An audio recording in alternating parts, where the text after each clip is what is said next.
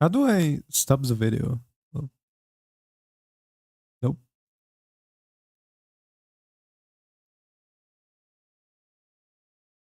Like I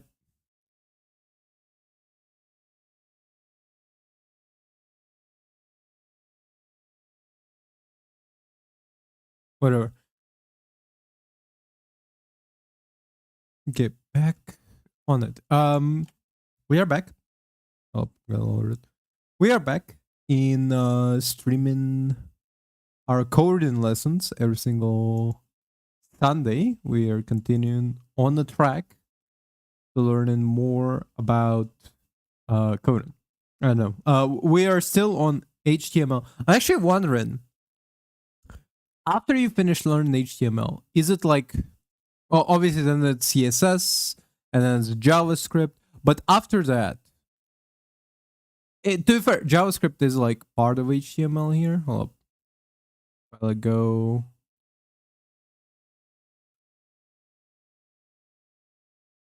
Like CSS. I know JavaScript is next after it. HTML. It's only HTML and CSS. Okay, so after we're done with HTML and CSS, how long is JavaScript specifically? How long it takes for JavaScript? 1,300 steps? Which is in comparison to.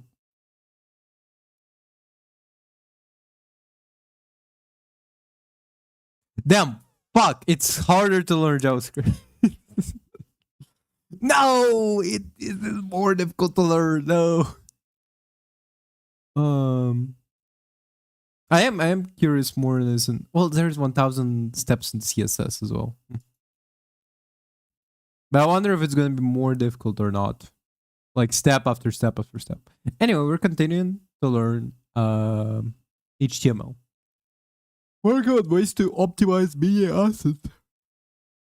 Oh, wow, I don't know. That's weird.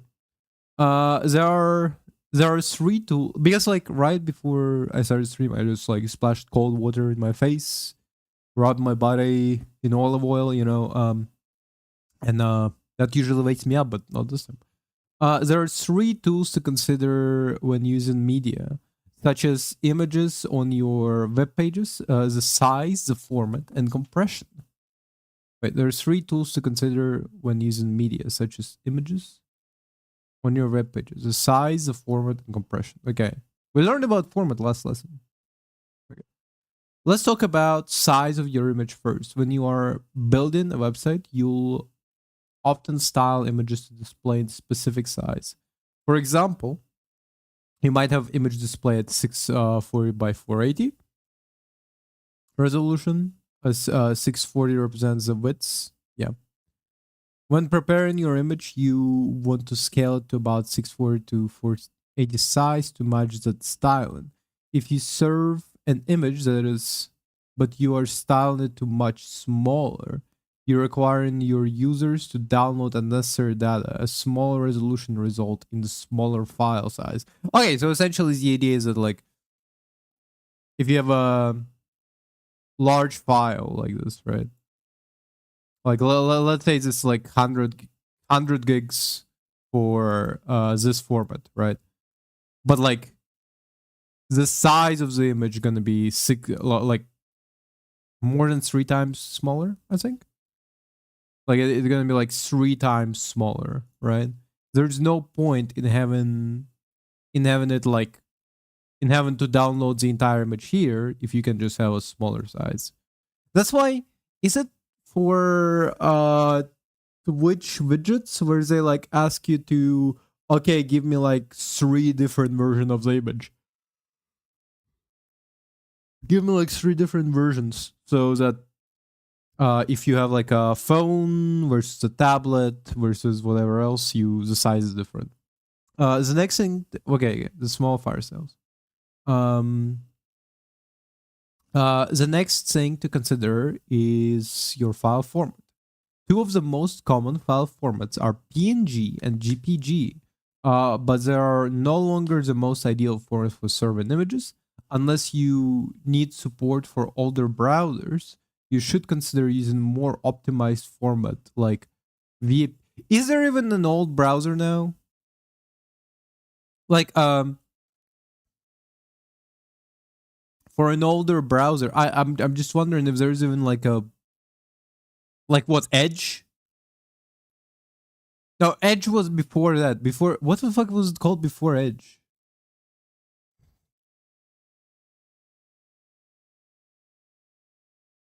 Hold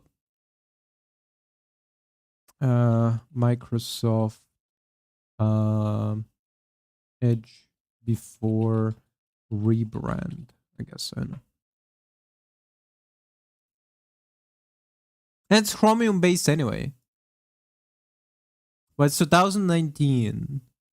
Was rebuilt from proprietary HTML engine. What the fuck was it before? Was it always called Edge? No, right? It was called something different. Hey, give me Google. Yeah, wait.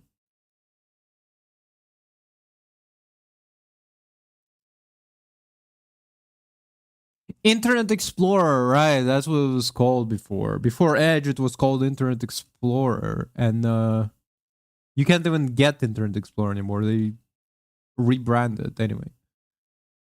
Anyway, you can run compression algorithms on your images to reduce the size. Tools like PNG Crush work well for lossless formats like PNG, which can be compressed without any quality loss, since the original data can be perfectly reconstructed. However, not all formats are lossless. Wait, can I like? I'm having difficulty reading this. Where's my glasses? Like for the first time in a while, I considered like, damn, I can't fucking read this well. Okay, way clearer. Finally, you can run compression algorithms on your images to reduce file size. Tool PNG Crush work well for lossless format like PNG, which can be compressed without any quality loss, since the original data can be perfectly reconstructed. However, not all formats are lossless. GPG, for example, uses lossy compression.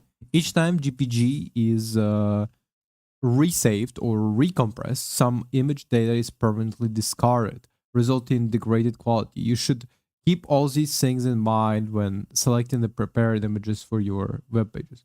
How should you scale or size your image? Does that remind me of like extra fried memes back in the day when you would like when like when you saw the meme so often that like by certain point it's just nothing but pixels because like in extra fried. How should you scale this wall? Okay.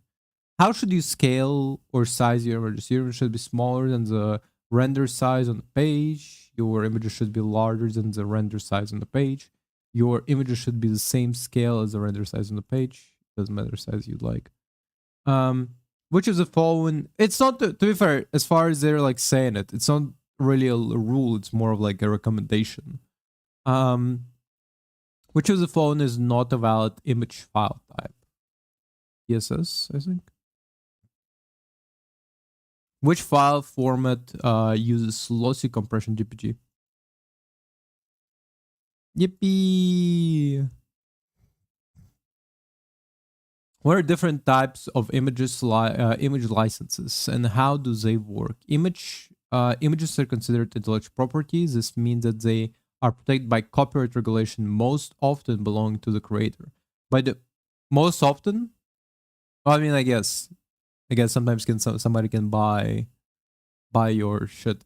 By default, images are released as all rights reserved. The creator or publisher sometimes hold all copyright for the image. This means that you cannot use them in your web page unless you've done one of the three things: obtain written permission from copyright holder, purchase a license from copyright holder, or incorporate the image in a way that falls under fair use. Number one, this is also like true for any like YouTube video I upload right now. But it also makes me think about the fact that that's the reason why Um, a lot of Wikipedia pages for celebrities look very ugly because they have to use like a publicly available images. So they like number one, Wikipedia can't use like copyright images, so they're using publicly available ones. So in turn, that means that like if you're a celebrity, they cannot use some image from like there was a copyright, so they have to find like some like I don't know random fan who like posted the picture online. It's technically like copyright free. Um, and so I think there is like a couple of them that are like, damn, this image is so ugly. Please, can we like not have it? I think the guy who played the ghoul in a Fallout TV show. He's one of those people because his image is just so bad. Some images might be released under permissive license, like Creative Common license or BSD license that free code cam uses. Okay. These images are available for use in your website, but you'll need to read the license to understand the rules you need to follow when using these images. For example, you might be required to make your website open source, or you may not be permitted to modify the image in any way. Oh, I've seen that like essentially there's a lot of stuff that is like open source, and the reason it's open source is because like otherwise they're gonna be need to be extra regulated. For example, right now, Linux, on account of the fact that it's an open source license, is free from law. I think it's in California, where they're essentially like any system OS that that can be used should be collecting your personal like data, confirming that you're not a minor while using it. But like Linux is the only one exempt from like needing to collect it because it's an open source license. So it's like, how do you enforce it? You know. And I think early 3D printer, early 3D printer code was open source, and it's even now still open source. The problem is the fact that a lot of like these 3D printed companies actually like now putting their paws back on back in the cookie jar because they're like, no, wait a minute. What do you mean you can modify our code? What do you mean? And plus there's additional like restriction coming from the government, where certain governments want to ban guns, 3D printed guns specifically. And to ban 3D printed guns is a task that you just cannot do. Like objectively speaking, nobody like goes to their computer, make me a gun please, and then like the gun comes out like in I think it's in like Cloverfield Paradox movie where a guy like 3D prints a gun and just like immediately fires. Like that's not gonna happen with any commercial available 3D printer right now. What can happen is that you're like, give me like a pistol grip or like the main case, but like the trigger mechanism, well, not the trigger itself, but like the specifically the like the striking, the firing pin, and the what's called the barrel itself cannot be 3D printed. It's metal. Like you cannot do it. I mean, you could 3D print metal, but like it's genuinely like it's easier to just buy that shit because you need specific steel. God, 3D printed barrel would probably suck as hell because it would have like bunch of like grooves on the inside. Ooh. You'd need to make it like extra large as well because like the grooves would like increase the size of the barrel. So you would have like this relatively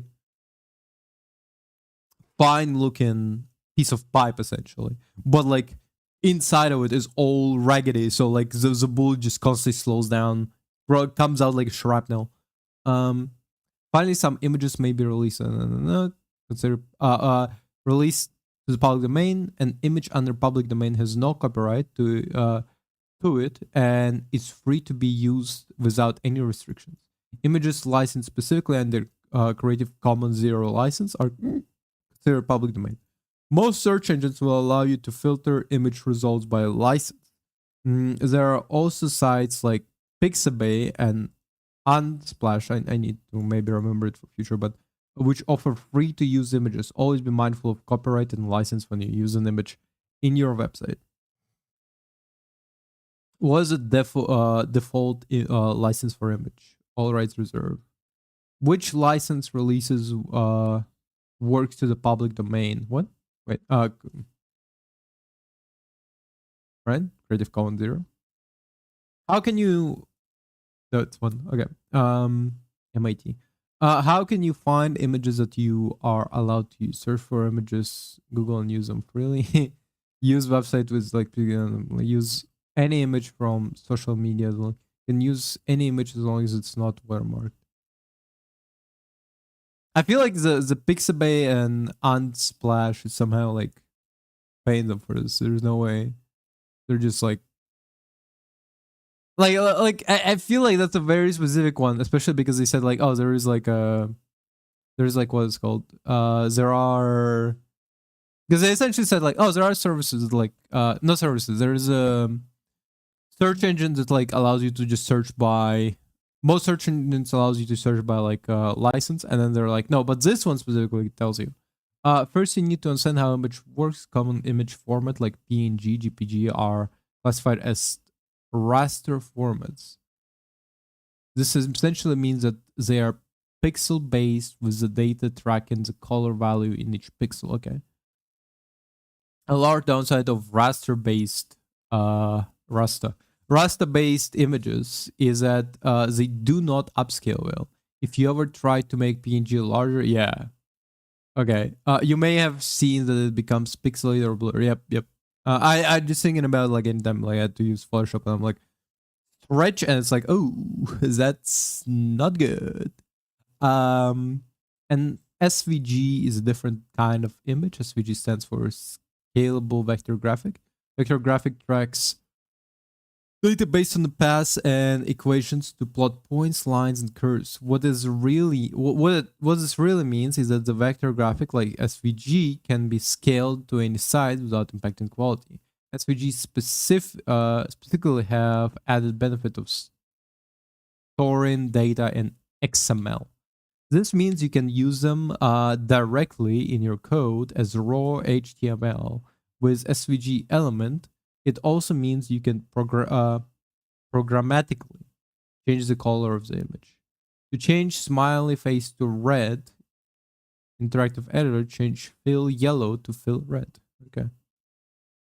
A little bit too big. Nice. Wait.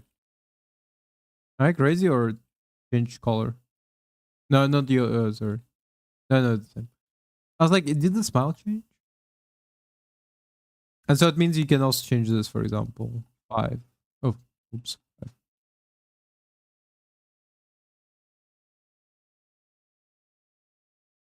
10. Oh, there it is. Oh, look at them. So much happier now. I feel like I get what it's useful for, but I also don't get it because it's kind of like, feels like it would be like a lot of work assembling this piece by piece, I guess. I don't know. There are basic elements. For example, the SVG element is a container for the whole drawing. It sets up the space where all shapes appear. Everything you'd want to draw with SVG, such as circles, lines, or paths, go to the SVG element. The circle element is used to make face and eyes. One large circle forms yellow face, and 2 small circles makes eyes. Yep. So circle, circle, circle. But wait, how come? Wait. Because there's this circle that is. Oh,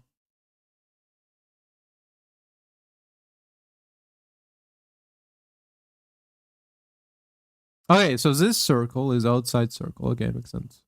This radius, and I don't know what C, Y, and CX stand for in this sense.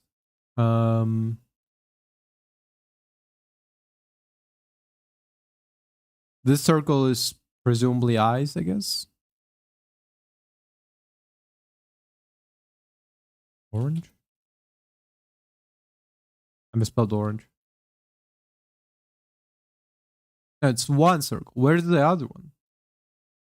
It can't be this one because it's 65. No, it's also black. What? Oh, that's the positioning of it. 65, so it's over here. Okay, but what about... Oh, it's this one, right? Wait. Stroke yellow with fill. Oh, the stroke is this part, and then fill is the inside. Okay, gotcha. Circle element is used to make face, eyes. One large circle form yellow face, and two smaller circles make eyes. Create curved lines for the mouse. Wait, pass element. Huh. It seems difficult in a sense of like, huh.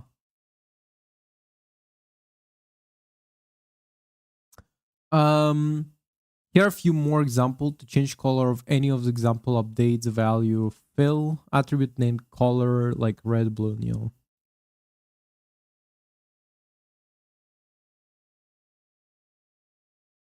That might make this dirty.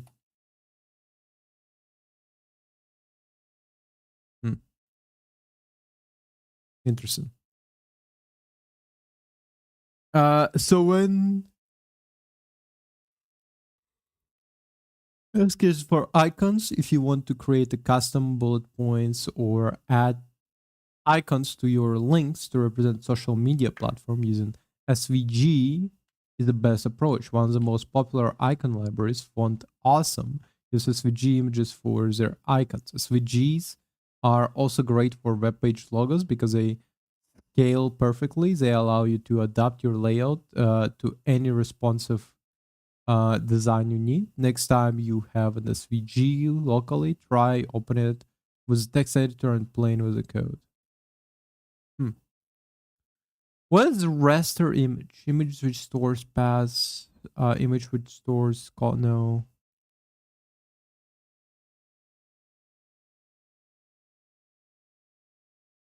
I what? No, this one. This one. I was like, this doesn't make sense. An image was wait.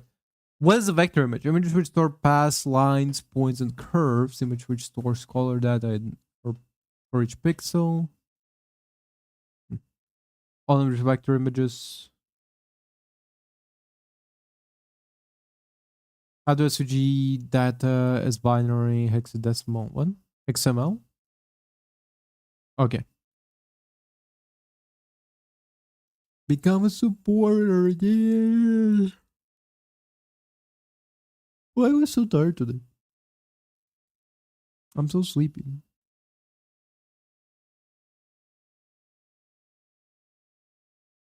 Epic Rock, Dead Man Walking by Warhol. I used to like Warhol a lot in my high school. Wow, great. In previous lesson, you learn SVG element. Start by creating SVG element. Okay.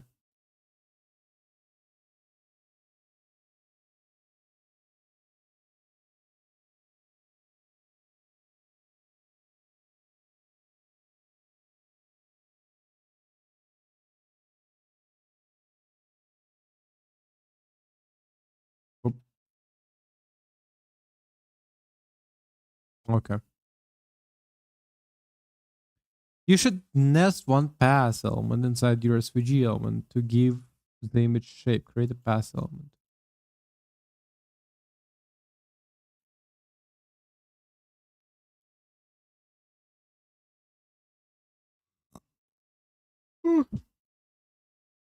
Pass element needs its shape define, that is where the attribute comes in. This is used to create series of command letters and numbers that draw a shape. Each letter represent command like draw line. Okay, the attribute is draw. Okay. And close. While the number represents coordinates. Set heart shape attribute to D. Wait. No. Oh, the pass needed the closing line, which I didn't do. Okay. Heart D equals this. Am I saying it correctly?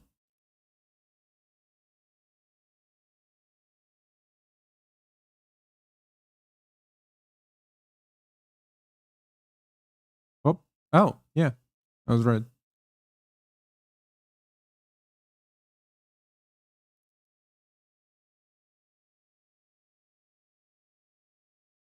Wait, what? But where did the heart go? Wait a minute. The next step is to set width and height attributes for SVG element. Wait. Are you telling me this? Wait, these draw, then M, and this is supposed to represent the heart, I guess? Width and height attributes for SVG element. As you create an icon, both values should be set at small. Set both values to. Okay.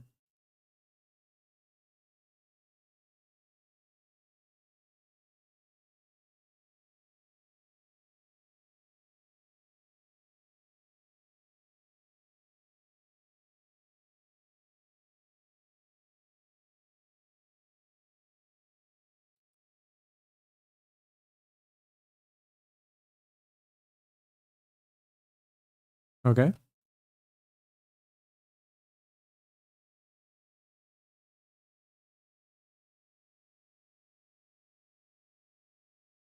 Does it not?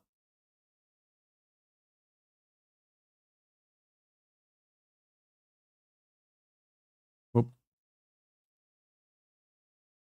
Or is it not supposed to be in the past? It's supposed to be in well,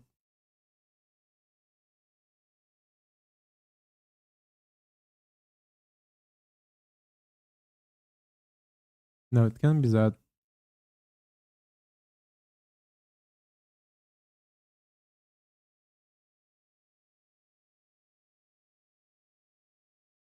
I don't see that either. Um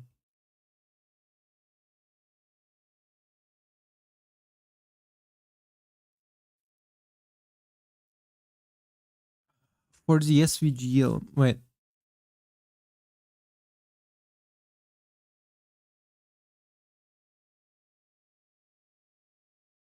I don't know why I did it this way. Okay.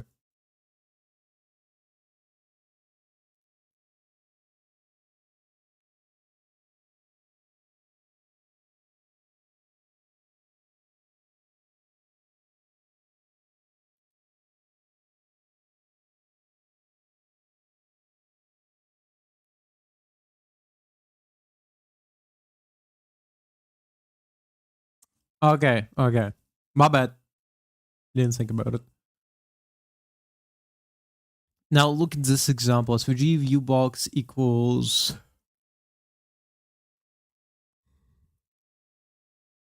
the viewbot attribute controls the what part of the image is visible inside SVG. First to number 00 sets the starting position of the viewbox, the top left corner, X and Y. Okay. Next to number 5050 defines the viewbox width and height. That's the viewbox attribute to 024. Okay.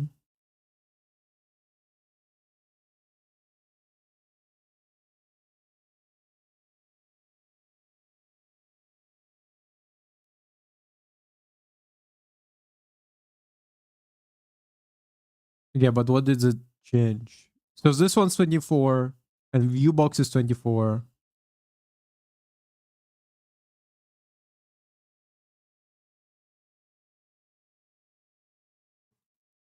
Oh, son of a bitch, I'm so sleepy. The heart icon is almost done. You need to call it red. Do that as a G element fill attribute to red. Fill.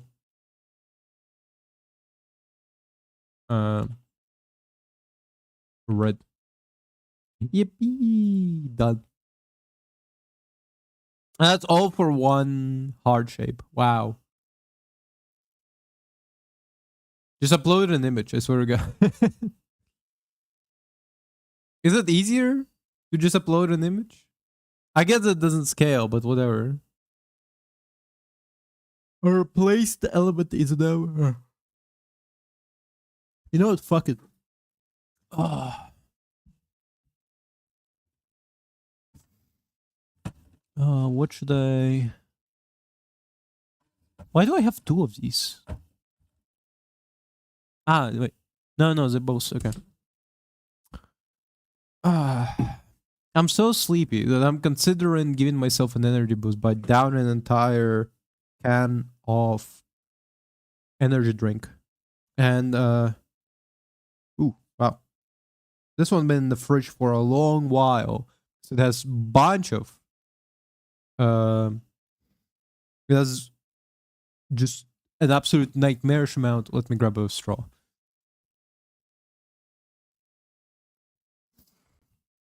Nightmarish amount of dust.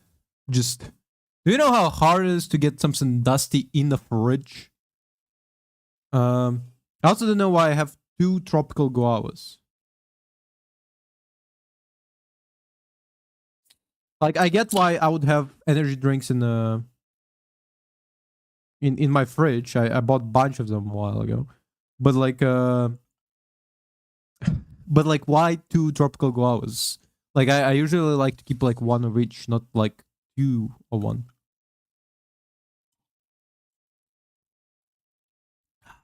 Okay. A replaced element is an element whose content is determined by... Wow, it's sour. Like it's more sour than like usual.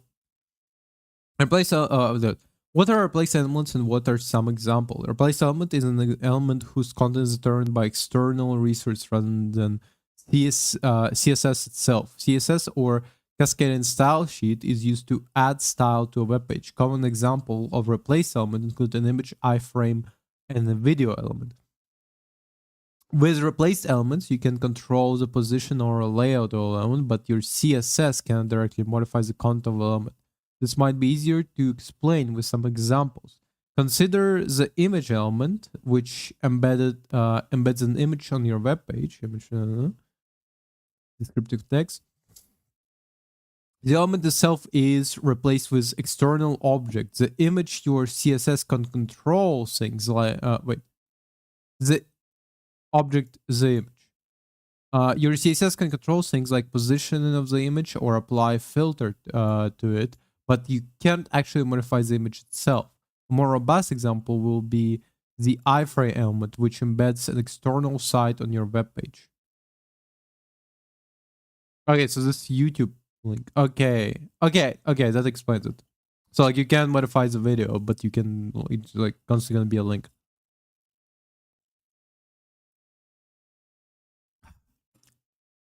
Here is an example of using iframe element for popular YouTube video on a free code camp channel. If you want to see different video in the preview window, change the value of RC attribute to a video of your choosing. To see previews, you will need to enable interactive editor. Do not worry about extra attributes mentioned in the interactive example, like refer policy and allow full screen. You will learn about it working with iframe elements in the future. So, wow, it's 15 hours? Holy fuck. That's long.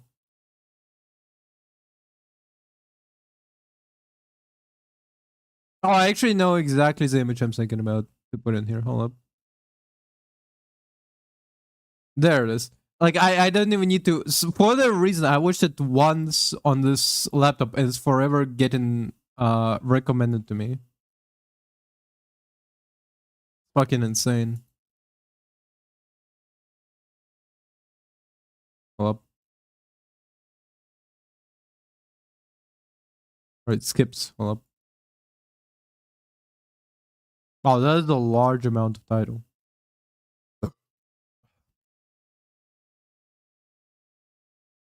Oh, okay, my bad. Bro, I'm just trying to select only the YouTube video. Okay. Wait, what?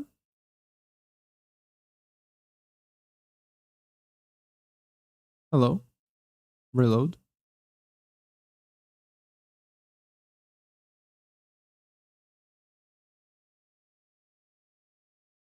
Bro, what? It's like a YouTube video. Why is it? Bro, but why? What?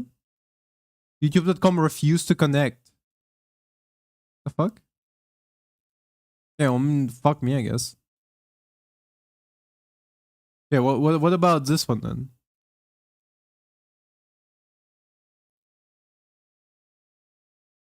What about this? What about this video? No. Huh.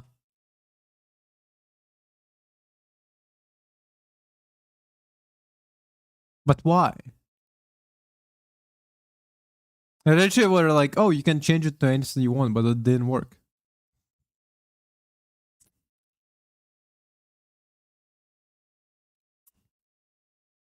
Break origin when cross origin. Allow accelerometer, autoplay, clipboard, right. So allow all the different abilities YouTube gives you essentially. Title, professional cloud architect, no pass exam. Okay. Oh, it didn't work, I guess. For a second, I was like, this looks a lot like place where I live. So I was like, what the fuck is this? But no, I was like, no, this can't be. It's quite literally not it. Other comes out of using iframe element would be embed maps onto the page. Here's an example of embedded map. CRC open street map.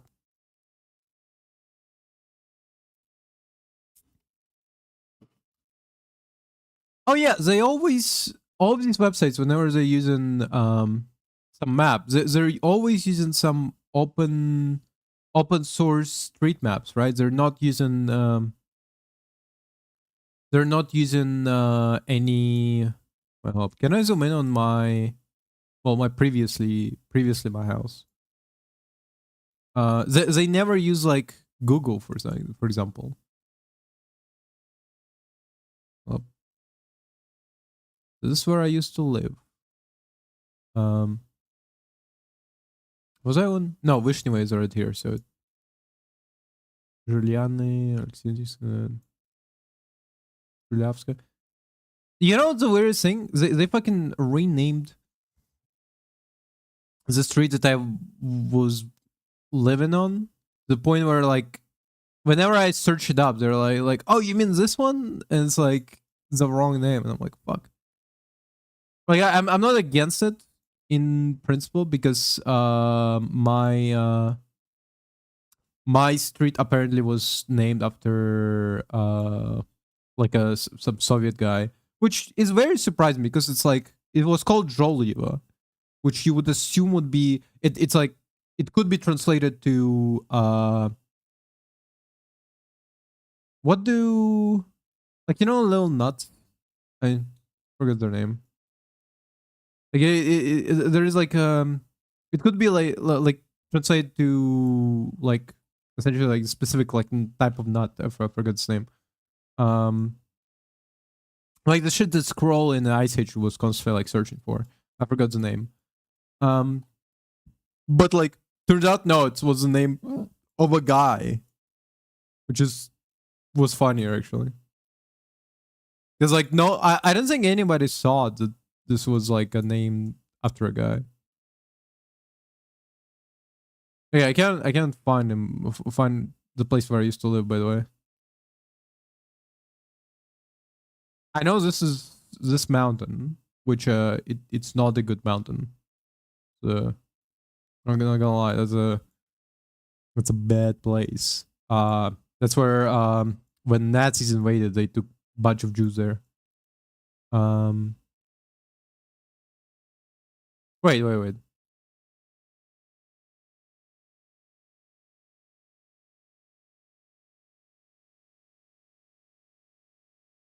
Zamkova Hora,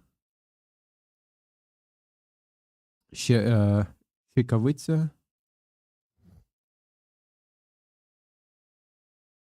Anyway, I'm done. I'm done. So sorry, I was too absorbed in Ukrainian. The element itself is replaced with external object. The site. Your CSS can change the position of managed site, but you can't modify the site content. Dive a bit further. If the embedded site has a h1 element, your CSS would not be able to style the h1 element. You can change the size, font, color, and so on. There are some other replaced elements such as video and embed, and some elements behave as replace elements under specific circumstances. Here is an example of an input element with a type of attribute set to image. It goes here, example image. Wait, what? There is a replacement in replace elements such as video embed. Replace elements under specific circumstances. Here's an example of input element with type attribute set to image. Image URL. Okay, makes sense. Type of input is considered to be a replaced element, but other input type like text or email are not replaced elements.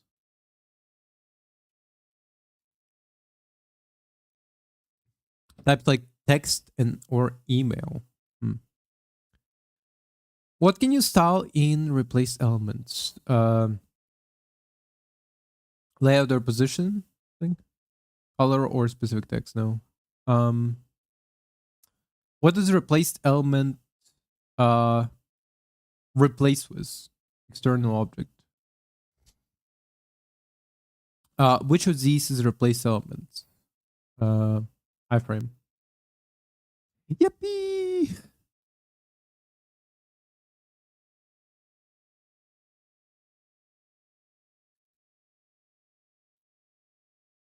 In a prior lesson, you were first introduced to iframe. By the way, it's so fucking. Well, number one, it just rained like an hour ago or something, and like I was keeping like a door open, like a window open too, so like the cold air from the rain was entering my room. But like, it's so hot, I genuinely cannot sleep anymore. It's a nightmare. Like I'm drinking right now an energy drink, which is like, it's not good, but like I genuinely cannot sleep anymore. I wake up so fucking beat. It's unbelievable. In prior lessons, you were first introduced to iframe elements. In this lesson, you will learn more about how to work with iframe elements. This element stands for inline frame. Okay. It's an inline element used to embed other HTML content directly within the HTML page. That HTML content could be a video, map, another HTML element, or even other web pages. Here's an example of embedding a popular free code camp course from YouTube to see different video enable interactive. I already tried this and it didn't work. Why?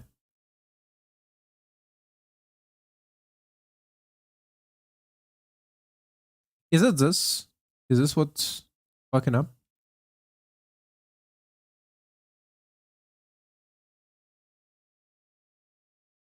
YouTube embed. Oh, wait. What if, hold up. What if it's just this part?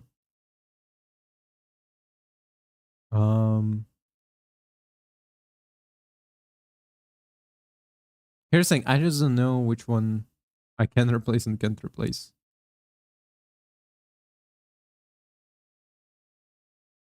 Nerf this.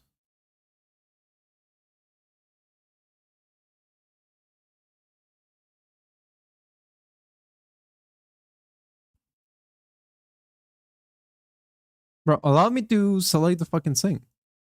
There it is. Oh yeah, that worked. Fuck.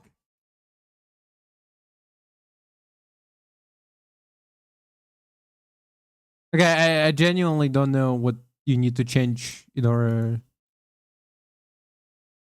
Like this part doesn't seem necessary. Am I wrong? Okay, so we figure out which part is which. So up to here, this is the necessary part, right?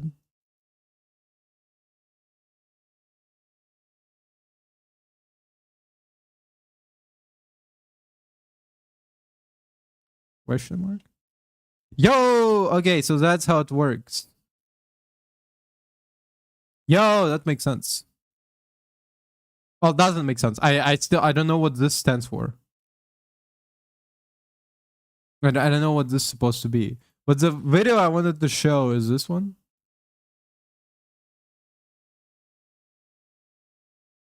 Okay, hold up.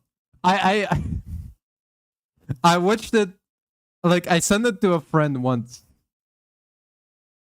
Fuck you, YouTube. God damn it, it's age restricted. I showed it to a friend once, and like since then, every single time I was searching for instance like YouTube, it just recommend me this. Oh right, you can't hear the sound from here. Fuck. Okay, that doesn't matter. It's like she says nerves this, and then it's like farts. It's a classic meme, okay? When it literally came out when Overwatch was still in its prime, in its peak. Anyway, I sent this video like I had to like search it up. I sent this video once to my friend, and since then it's constantly popped up to me as a suggestion on like I would type in like YouTube, right? Like YouTube, the second suggestion is always nerves. I don't know why. Do I have it open somewhere? Like, no. It's not open anywhere, so why the fuck is it always suggested to me? Like, that's why it lives in my head rent free because every single time I see it, it just nerves this. Yeah. CRC elements attribute specifies the URL of a page you want to embed. The width attribute specifies the width of the iframe. The height attribute by height. Wow, fucking it's a width. It's a width. And height is a height. Wow. The allow full screen attribute allows the user to display iframe in full screen mode. Yay! It's also good practice to specify a title attribute for iframe as it's important for accessibility. The allow attribute, on the other hand, lets you define what iframe can or can't do. This is called an allow list. In the above example, adding clipboard write to it allows the embedded page to write items to your clipboard. Clipboard? How to play clipboard write? Oh, so like I can like save to clipboard. That's what I mean. Okay. Clipboard write to it allows to the embed page to write items to your clipboard. Item in an allow list can be separated by semicolons or spaces, and both can be used together. Note that the video can come from anywhere. It doesn't have to come from video services like YouTube and Vimeo. Who the fuck uses Vimeo? Excuse me? Is that even how you pronounce it? Vimeo? Vimeo? Who the fuck uses this? Excuse me? Vimeo? Dropout? Warner Bros? Okay. Now we're cooking. Trusted creative markets. Wait.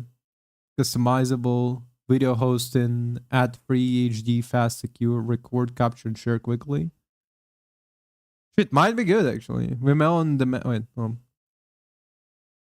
Vimeo review update, Vimeo AI, analytics, integration, mobile app, video. I don't even remember. I remember seeing Vimeo every now and then, but like I have no idea what it's for. It's a video editor, capture and share quickly, video maker, no experience required, video hosting. You can host a video. Like host as in like you add the video here. And video player, live streaming.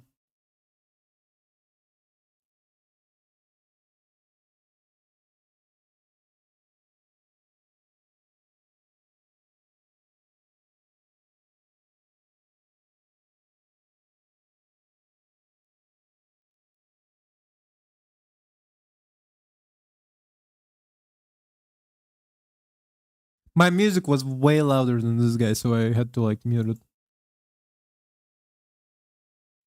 Okay, hold up. 8K? Now we're cooking. Excuse me? That's. Oh, now I remember where I've seen Vimeo before. Okay, so the way I've seen Vimeo before, it's like when you try to pirate something, you like cannot find it anywhere. So you just throw out the line and go like, fucking, I don't know, Spider-Man Beyond the Spider-Verse, like watch HD, whatever. And you find a Vimeo like link and you click on it and you go, and it's like a static image, and they're like, click on this link to like watch the movie full. And it's like, okay.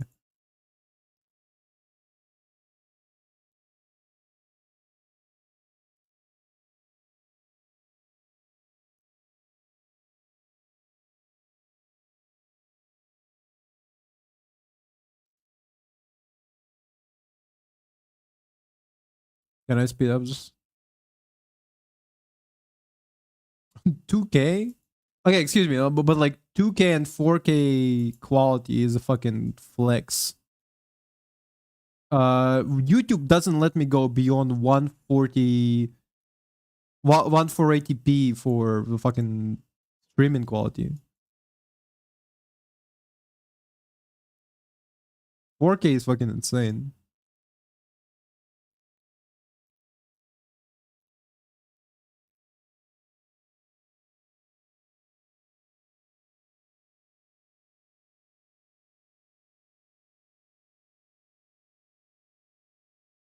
I mean, that's honestly, here's the thing. That is enticing. Out of all things, number one, the ad free, and number two, the well, if it's ad free, what's the cat like? You're not just giving it for free, right? But like, this one is a thing that I've heard a lot of people discussing essentially for a while, where it's like, whenever like YouTube has an issue with your bullshit, right? You can kind of like, you can cut out the segment, but you cannot really like substitute, add video, add stuff, you know, upload a new one into the same page, upload a new video into the same page. You can just take down the previous one and upload a new one, which in turn pisses a lot of people off, right?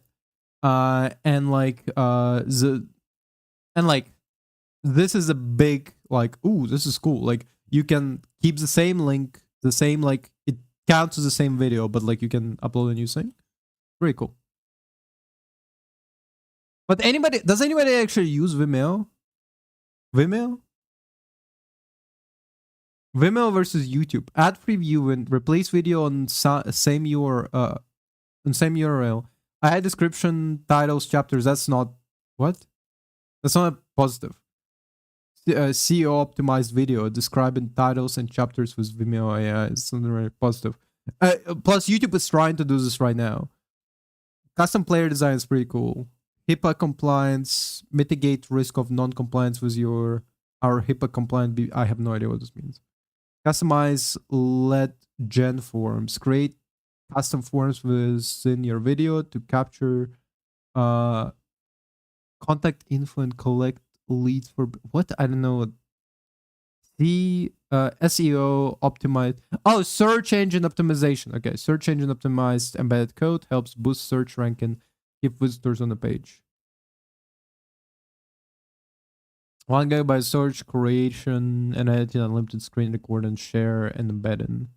2 TB storage. Shared folders, file transfer, video review, engagement, social analytics, embed. Is anybody use Vimeo? Because like they put all of these fucking names here. Right. Martha Stewart, Coca-Cola. Okay, this can be a real companies. Like this can be the real partners on like all of this Whole Foods, and Dropout somehow as well. Warner Bros. I'll say I want to watch Floor Collection. I want to see what. It's gonna be a little bit side and I just want to know what Vimeo got. Huh. I love short films.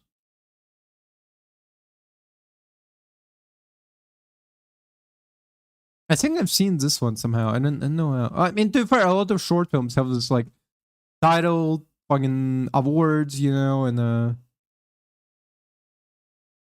could be all off my head here.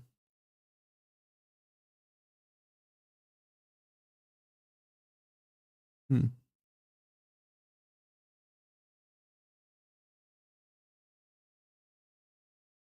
Wait, what? This is not even what? European Film Awards Vimeo. What? This I thought I would be on the Vimeo.com. What? What the fuck does Vimeo actually do? Excuse me. Can somebody explain to me? Enterprise without recipe. How do I actually watch a video on Vimeo?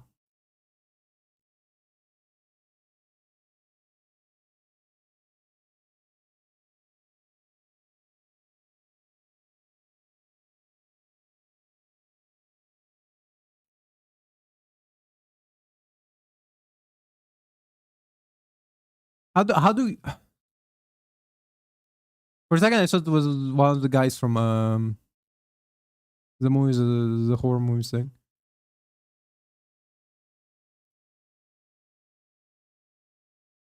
Streams, review streams. Yeah, but how do I actually watch a video? I want to know, is Vimeo actually a platform? What the fuck is Vimeo used for?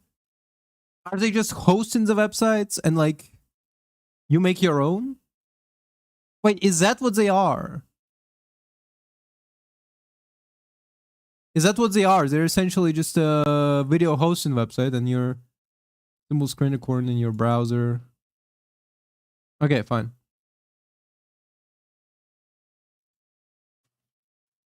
And what the fuck is that? Because it looks a lot like the website I used for like as I said before. You're trying to like pirate something and then they're like, click here. I mean, it looks a lot like it. And Vimeo looks good. Don't forget you can also embed a map, another web page, or direction within the iframe. Yeah. If you want to embed direct HTML within the iframe element, you have to use the sr dog attribute instead of src dog. Wait.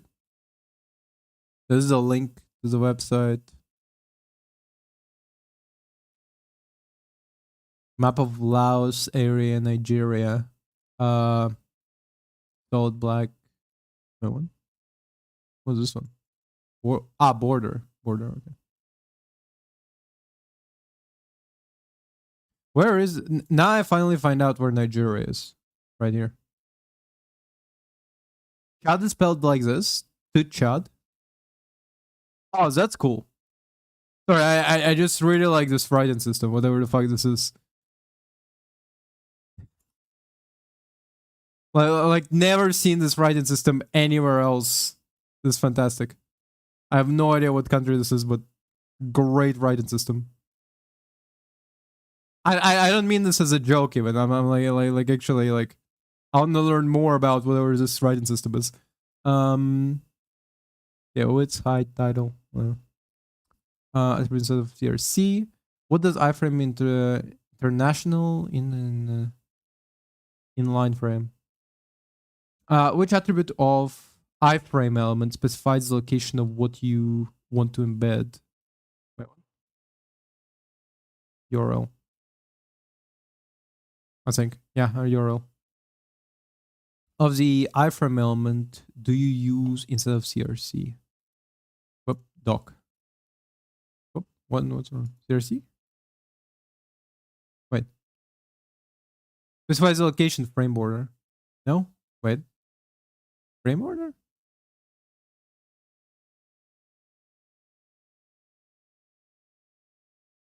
Title style.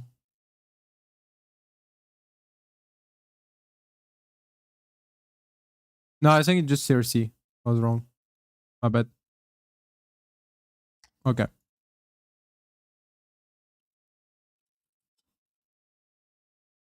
The part where it's you should use CRC doc instead of CRC got me off guard.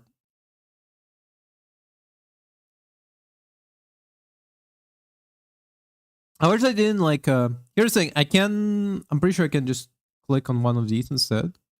But I prefer just continue learning, so I'm sure I'm taking the right course of action.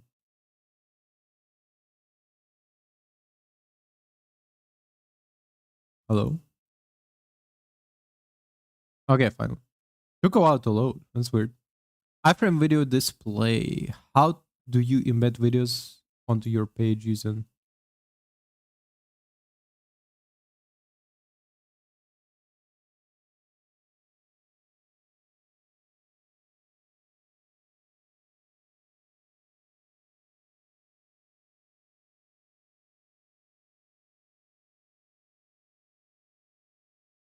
Okay. In this workshop, you'll use iframe element to display a video as a basic HTML boilerplate has been prepared for you. Begin by creating H1 element with text iframe video display. H1.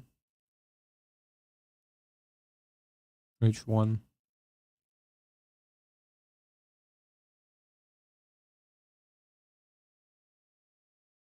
Okay.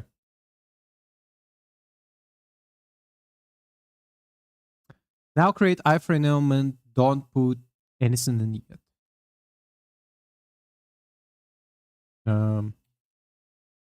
Iframe.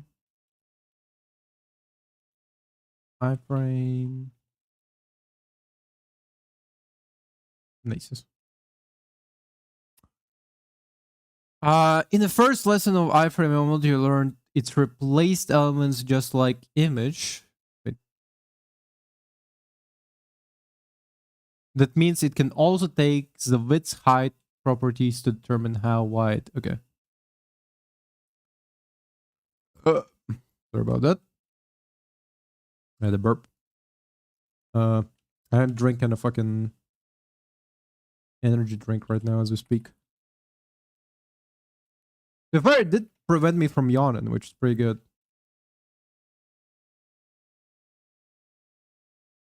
Can't wait for a crash out in like 30 minutes.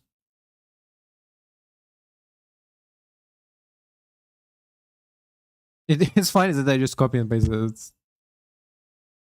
Bro, do you think this is what like programmers do when they're like, oh, can you like make me an HTML site? I need this width, I need this height, and I go like, oh, okay, sure, and I'll like just copy paste width and height. I mean, if I was working in like this industry, I would absolutely be like, no, you need. Here's the thing, I never do what you don't ask me to do, so I need specific information. How high, like width, height in that parameters. You have to tell me. You need to include width equals this many pixels. No more, no less. And then like a manager goes like, okay, here's the width, here's the height. Is that appropriate now? I'm like, yes. All I do is add the commas, the quotation marks. The iframe element also takes CRC attribute. CRC equals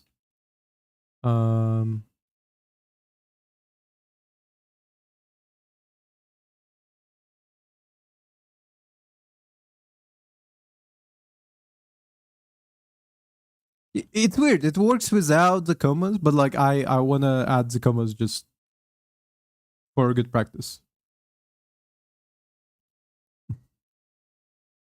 I mean, I assume the commas are for the code to like differentiate it. Like, if I put like afterwards height, it will not register this as a fucking part as height is part of the fucking this. One of the attributes is allow. It is permission. Yeah, yeah.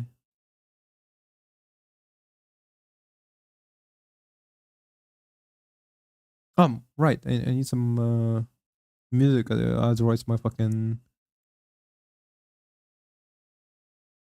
I need some music. Otherwise, my headphones will just turn off because not actively using this. But I don't want music. I'm actually prefer the quiet right now. So like I'll tune it down. One of the attributes is allow. It's like permission list and add allow attribute with a value accelerometer, autoplay, clipboard right. Okay. Remove this.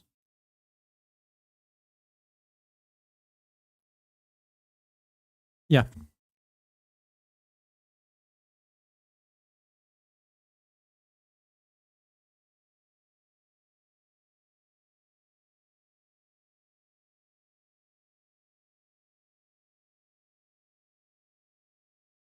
Yep. Then we need to like add this and just remove. Add encrypted. I feel like that's they should have provided me the example. They should have just given me like or just provide me like one example without like the text. So I was like I had to remember whether or not there was like spaces. Pretty sure there was like another thing that they wanted to like you could separate it with dashes, I think. Um Encrypted media, gyroscope, and web share to existing values in allow. Okay.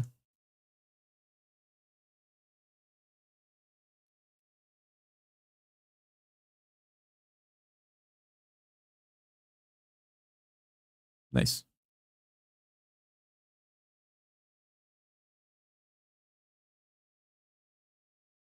Wait, what does encrypted media stand for in this case? Well, Sri will allow use encrypted media extension to protect the video. Protect the video? From what? What are you protecting it from? What's in my suggested? Tom and Jerry? Huh.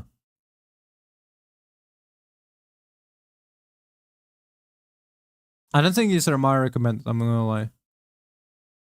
This could be. This could be, but like everything else, probably not. This also could be. But like like Tom and Jerry, I don't see on my feed often. I'm gonna lie.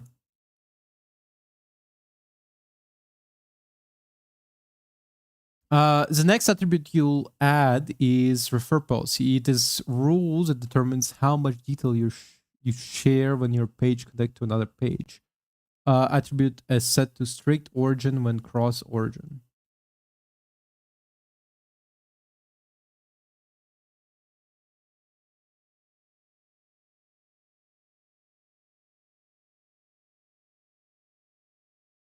This shares the full address on the same side. Wait a minute. Full address on the same side. Only the site name on other sides.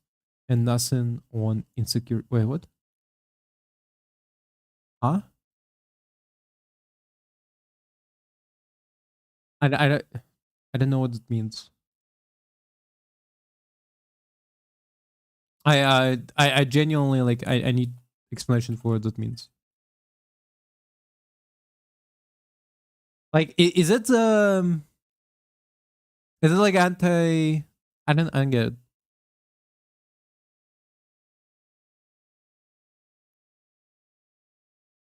Okay, hold up. Give me preferred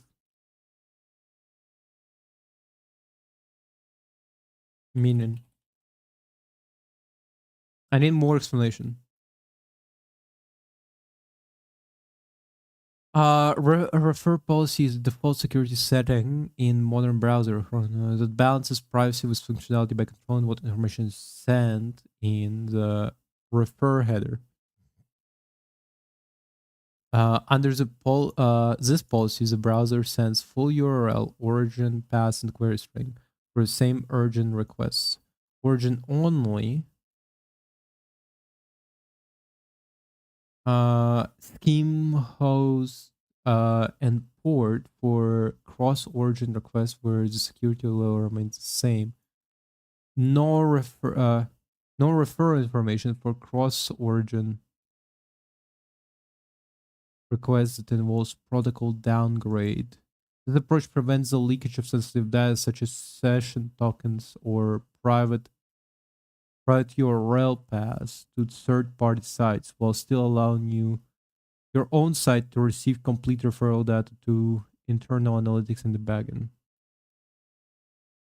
This is like a one-way door essentially, allowing you to get the fucking video, but the other side can be like, oh, this is the guy. This is like the guy under this YouTube channel. I think I don't know. Otherwise, I don't know what the fuck it means. I'm still not sure. Ooh, it's sour.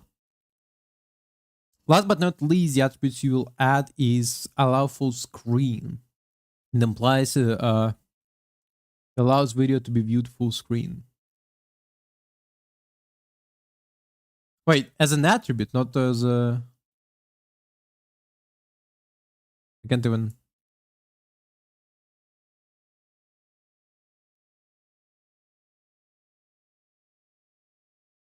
I mean now. Oh, it doesn't work. Oh, okay. But it works if I add it. Yay! Okay, that explains it. Interesting.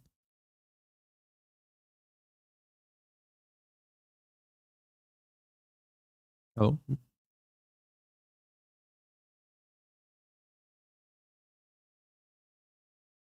I hope that's not mold I see inside of the straw.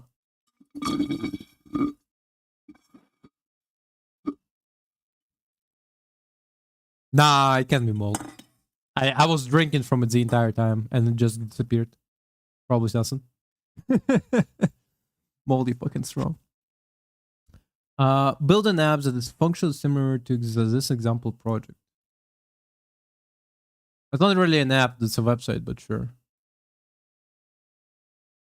Wait, full course, how long is it? 7 hours? Okay.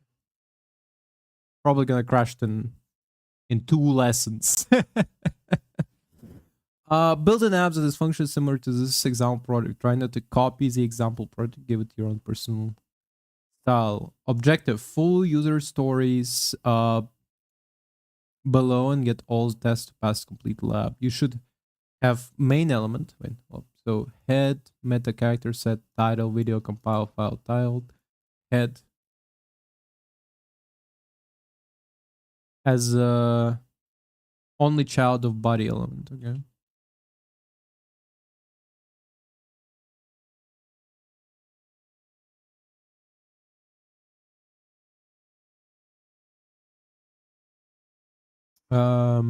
You should have h1 element with the topic of your page.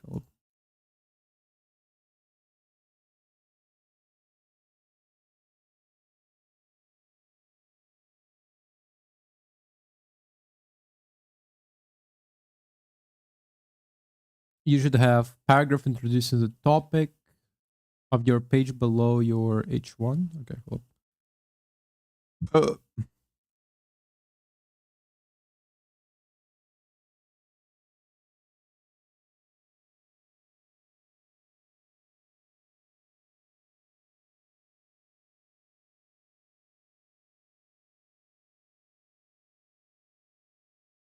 Uh,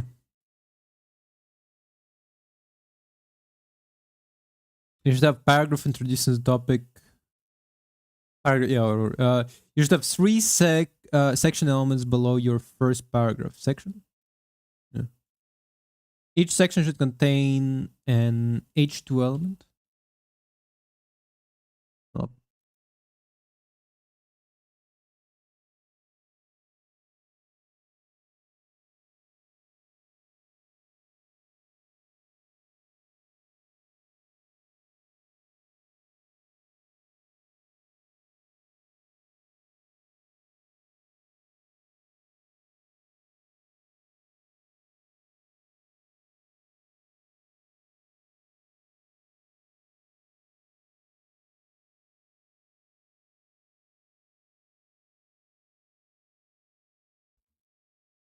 Each section should contain an H2 element, a paragraph, and an iframe element. You know, I don't know why I didn't finish like one section first and then I did. Okay, hold on. H2.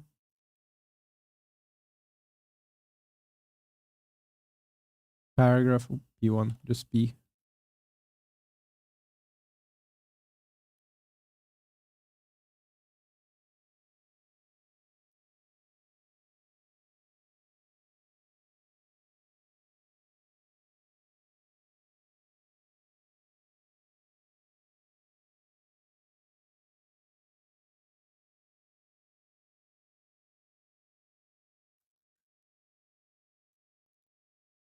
And iframe element in this order. Oh, and the iframe as well, yeah.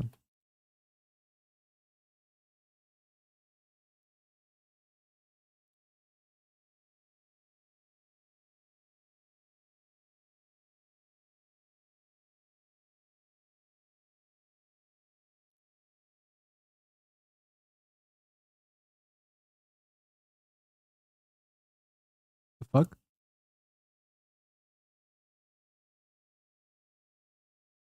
Ah, okay. I actually do like the song. Monday. 3 iframe elements should have CRC attribute set to valid video. Each iframe element should also have title attribute. Wait, what? Element should also have title attribute to describe embedded content and height attribute and width attribute set to the element to proper size. Okay. Yeah.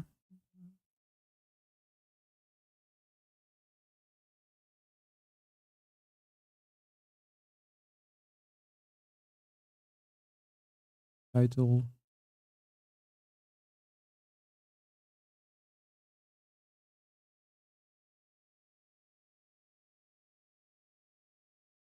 Height. Width. How do I misspell width? Oh. I always get shocked whenever I misspell something because it feels. It always like. Here's the thing. I know that my grammar is dog shit sometimes. Like my spell, I have like spell mistakes, but sometimes it's like such an obvious one. It's like, how is that possible? It can't be right. Okay.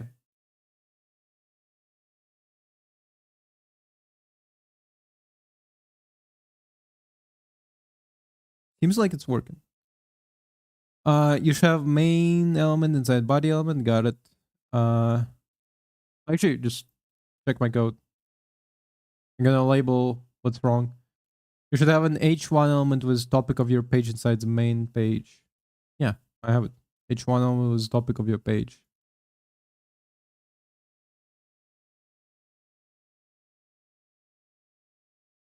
Do they want me to like any topic or does they? I'm just gonna borrow the title video page. Video compilation page. Video compilation page. Wait, hold up. It might be different for the H2 part.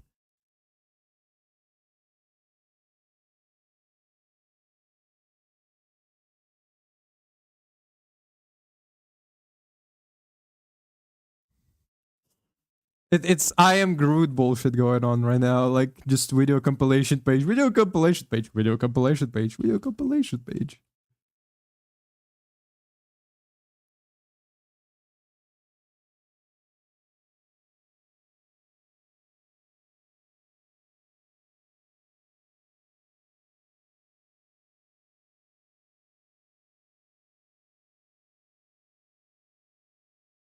I wonder if this is gonna work. I don't know.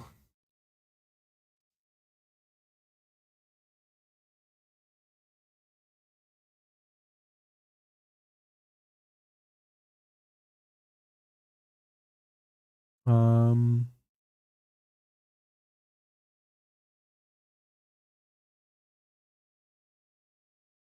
I mean they really just like gave me free reign for the height and whatever attributes, right? Wait, is that appropriate height and width? I don't know.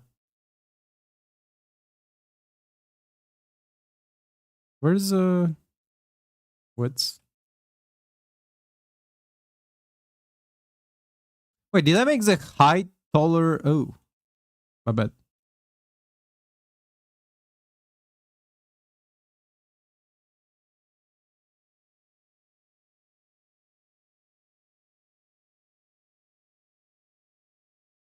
I was like, this can't be right. Height, height, height. 640. This also can't be the right height, by the way. It's like 40 and 90. I feel like it's a wrong height.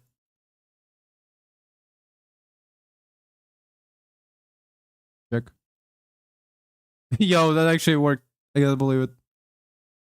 Oh, and obviously, if we're including the video. Hold up. It's obviously gonna be this video. The video that's been plaguing me for quite a while, I'm not gonna lie. Yeah, seriously.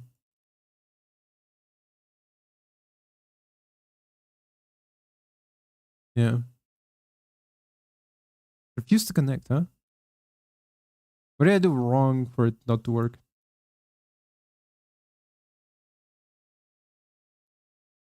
Working with links theory, okay.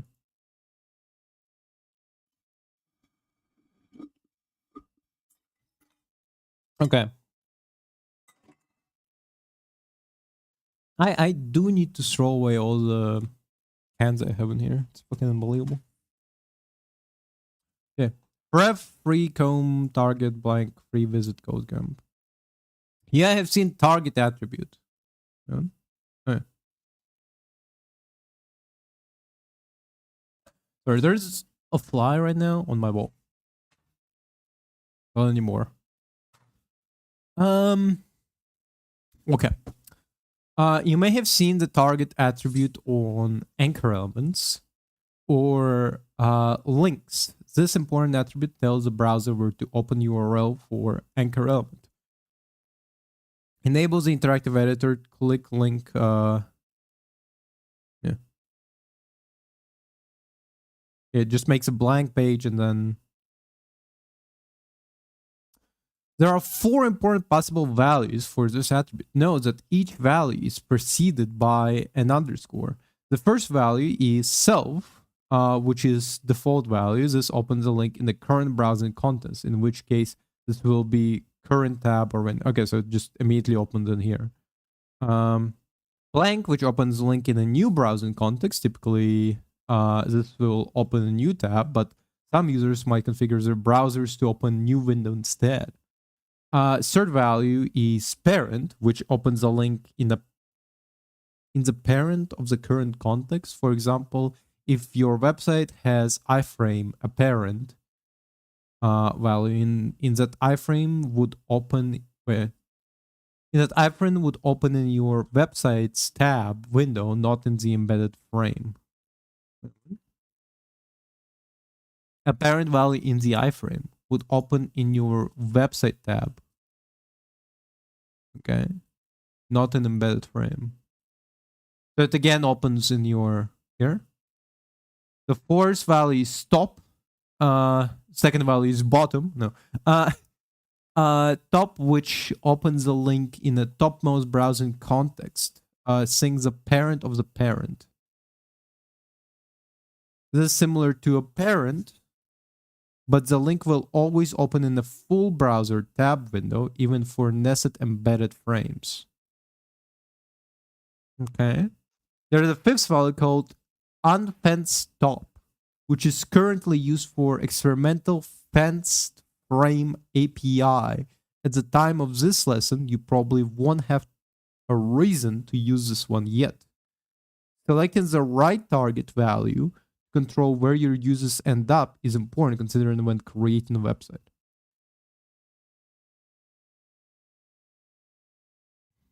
How many total? I mean, so 1, 2, 3. Wait, 1, 2, 3, 4, 5. So I guess 4 because they don't count unfed stop. Like when you do in physics lesson and they're like, how many states of matter? And you go like, well, there's plasma, and then they go, very good, and then they go, it doesn't count for now. Where will link from target blank open new window or tab on your second monitor? That assumes that everybody has a second monitor. Like, on Camperchand browser? What the fuck is Camperchand browser? Who the fuck is Camperchand?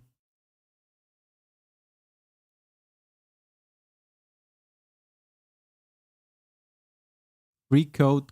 Oh! Oh, they have like their own personal bot for the Discord? That explains it. Okay. What is default behavior when you do not set a target? Opens a new window or a tab? No, I think. Wait, is default the self one? Yeah.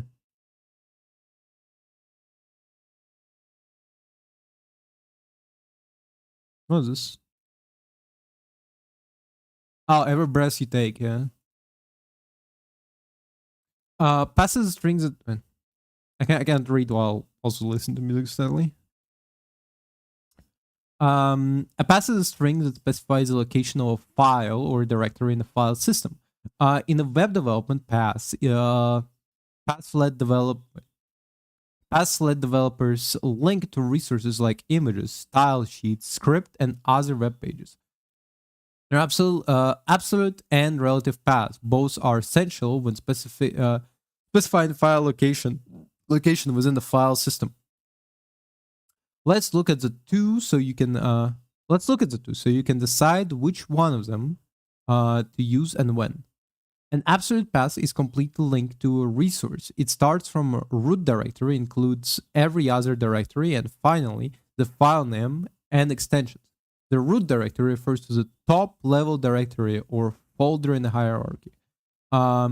If you are linking to a resource on your local machine, use an absolute path, which includes a full directory location of the file. Here's how to link to the about HTML file with an absolute path. FTC, script, absolute versus relative path, pages about HTML. Okay.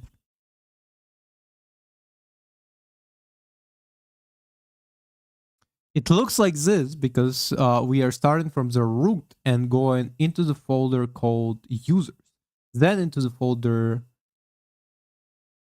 folder called user, okay, then into folder called desktop, into the folder called FCC, then into folder script. Yeah.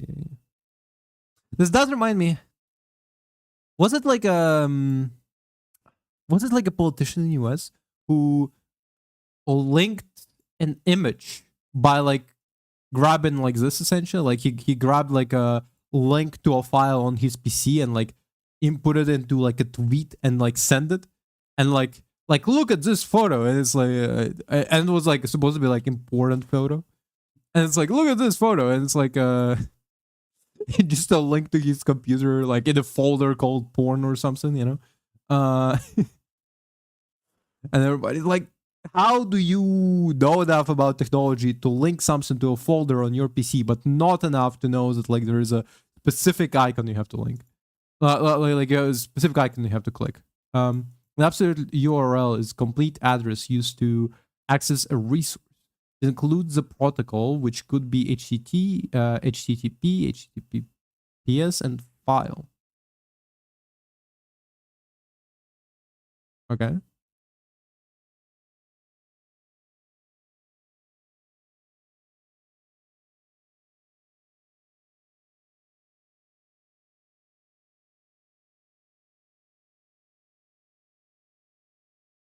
And the name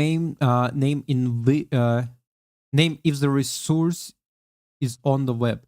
Here's an example of an absolute URL links to a free code camp logger. Okay.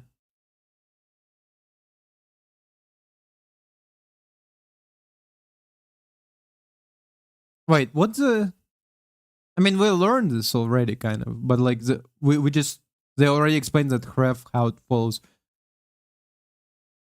So A stands for absolute, absolute pass or absolute URL. You know, am I saying it correctly? Yeah, they were good. In this example, the protocol is HTTP. Domain name is design style guide, and the file name FCC secondary small .svg. Mm-hmm. Here, what's the absolute URL looks like in the browser address bar. File, user desktop, page about HTML. Mm-hmm. The URL includes the protocol file. It also includes the path, which looks like this, and represents the series of folders that leads to the file. And finally, it also includes the about.html, which is the file name and the extension. An absolute path shows the full location of the file within the file system and is commonly used for resources on the local machine. An absolute URL includes user access information such as the protocol and for web resources the domain name, which tells the browser how and where to retrieve the resources. Now let's look at the relative path. A relative path. Okay, so relative path is not the right. So is relative and absolute is just a classification? It's not like an actual, like there's not actually a difference because it's exact same packing order essentially. That's what confuses me. It's like they're saying absolute pass versus relative pass, and it's like it fucking looks the same. What's the difference? Why classify it as different? Shows the full location. Now it's a relative pass. A relative pass specifies the location of the file relative to the directory of the current file. It does not include protocol or domain name, making it shorter and more flexible for internal links within the same website. Here's an example of linking to this about HTML page from contact HTML.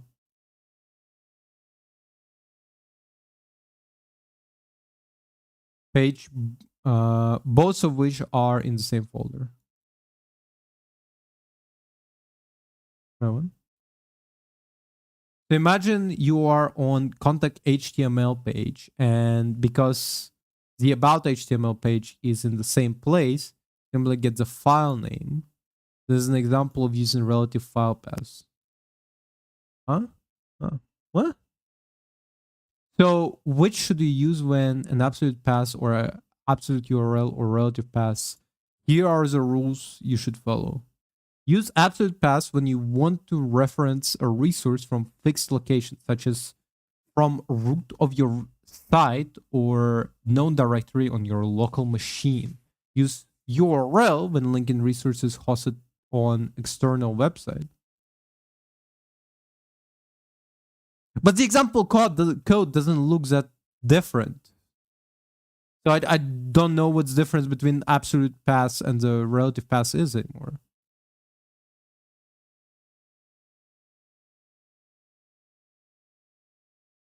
Use absolute URL when linking to a resource hosted pass when linking to resources within the same website. Use relative pass if you want to keep your code cleaner and easier to maintain during development. Keep your code cleaner and easier to maintain during development. Use relative paths during local testing to ensure links work without internet connection. Okay. Wait, you can do that? You can have links without internet connection? Because I've never had a link that works without internet connection. What are two types of paths? Relative and absolute and relative. How do you link to resource available only on the internet? Absolute paths.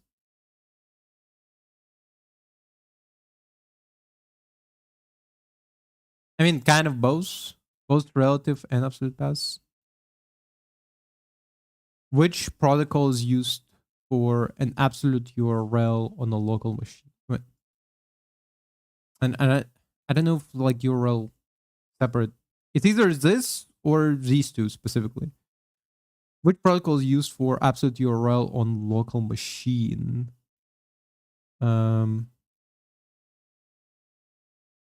Wait, for an absolute on a local machine? HTTP? Fuck.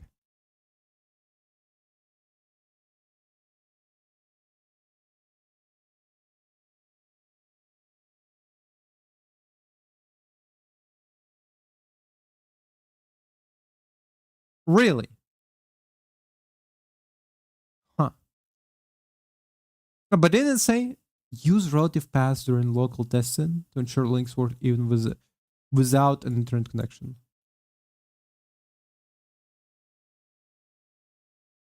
Why? Oh, oh, you mean when you're as a website are connected? It's for absolute URL on local machine. Okay, okay, I think I get it. What is the difference between slashes and single dot and double dot in past syntax? Okay, interesting. You may have seen links like public logo PNG, script GES, and style CSS before, but what do these special types of links mean? These are called file paths. They are three key syntaxes to know. First is a slash, which can be backslash or forward slash, depending on your operating system. Really? What operating system does the opposite? Linux? Is it Linux? It's always Linux, isn't it? They always fuck around. Depending on your operating system. Second is single dot. And finally, we have the double dot. Slash, known as a path separator, it is used to indicate break in text between folder and file name. This is how your computer knows that Naomi files points to directory of the same name, while Naomi files points to the file directory in Naomi directory. A single dot point points to the current directory, and two dots point to parent directory. You will typically see single dot used to ensure that the path is recognized as a relative path.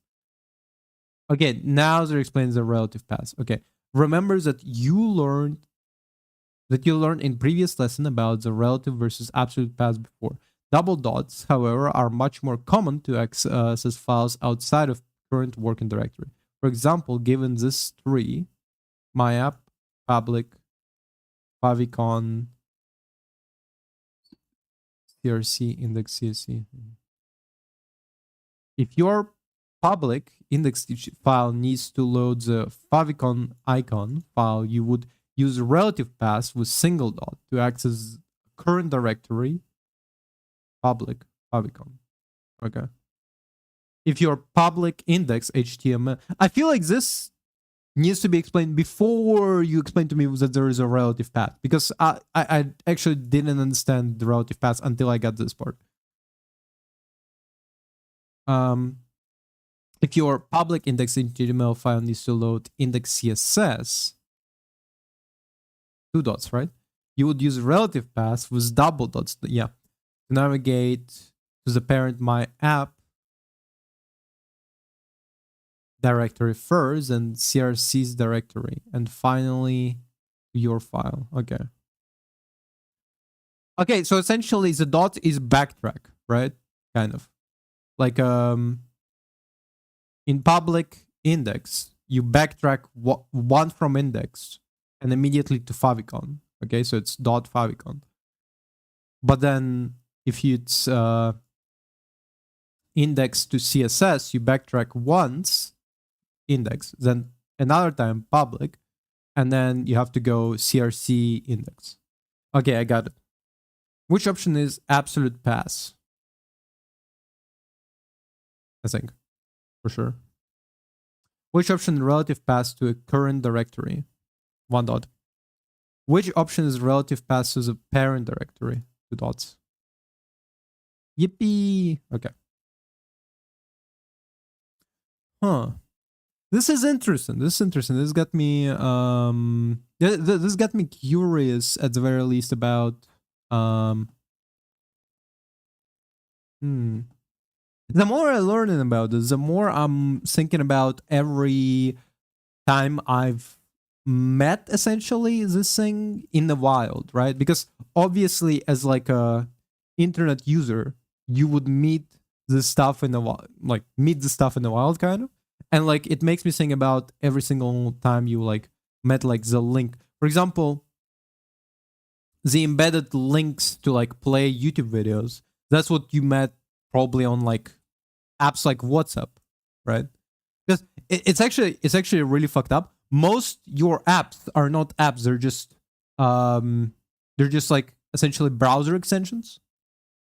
So like they mostly work on HTML, which is fucked.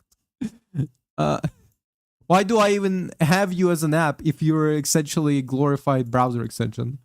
Yeah, I have seen a link on a web page become purple after you click it. This is because the state of the link has changed, so different styling gets applied.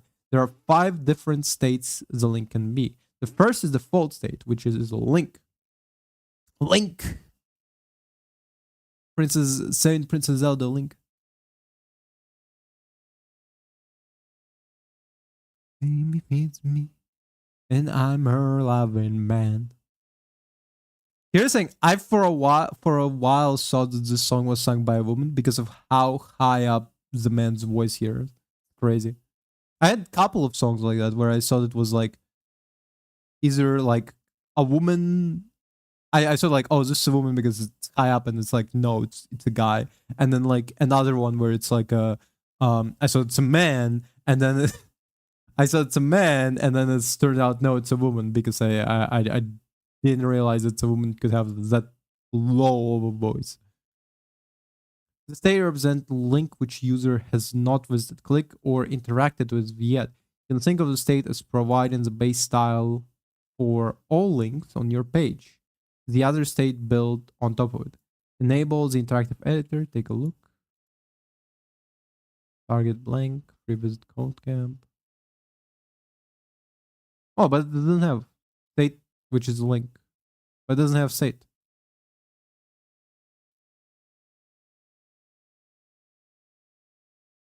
Second state is visited, which applies when user has already visited the page being linked to.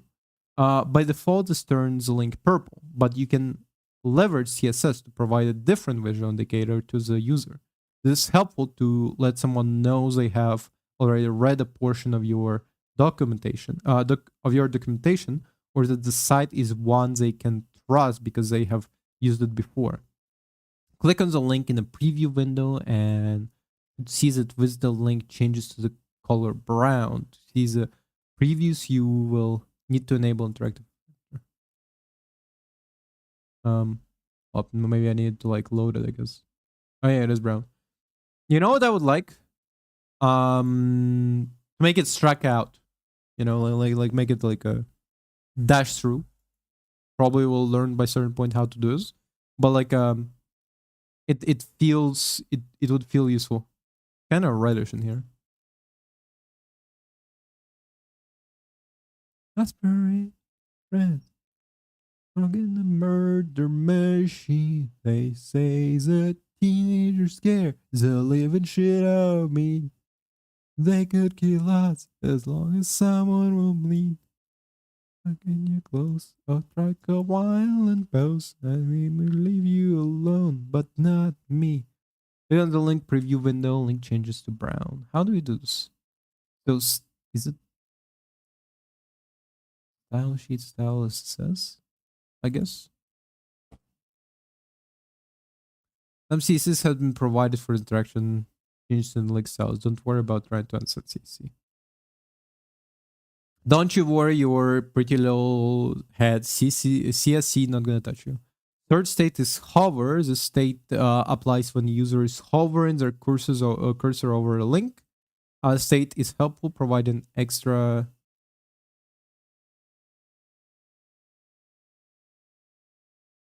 So is it all in CSC so we don't get to like check it out? The state applies when user is hovering the cursor over the link. Enable interactive editor. Try to hover in the mouse. Then have focus state when we focus on the link. Click on any portion of the white sheet preview window and then press tab. Oh. Okay. On your keyboard, you should see the link change to green. To see the previews, you will need to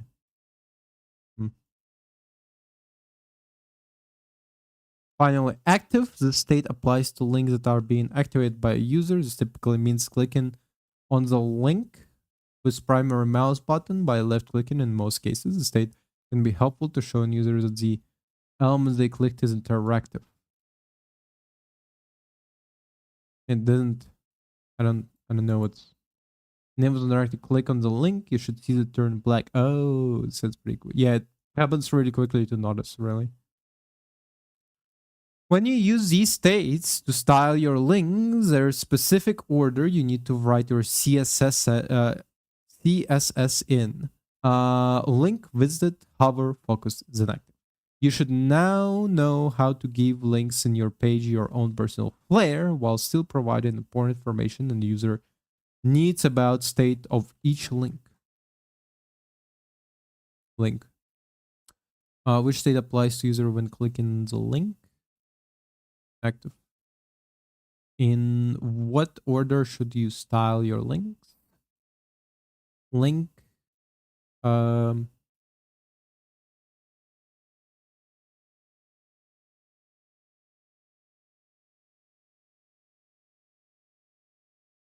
think this one. Oh fuck. Link, visited, hover, focus. Really? Okay.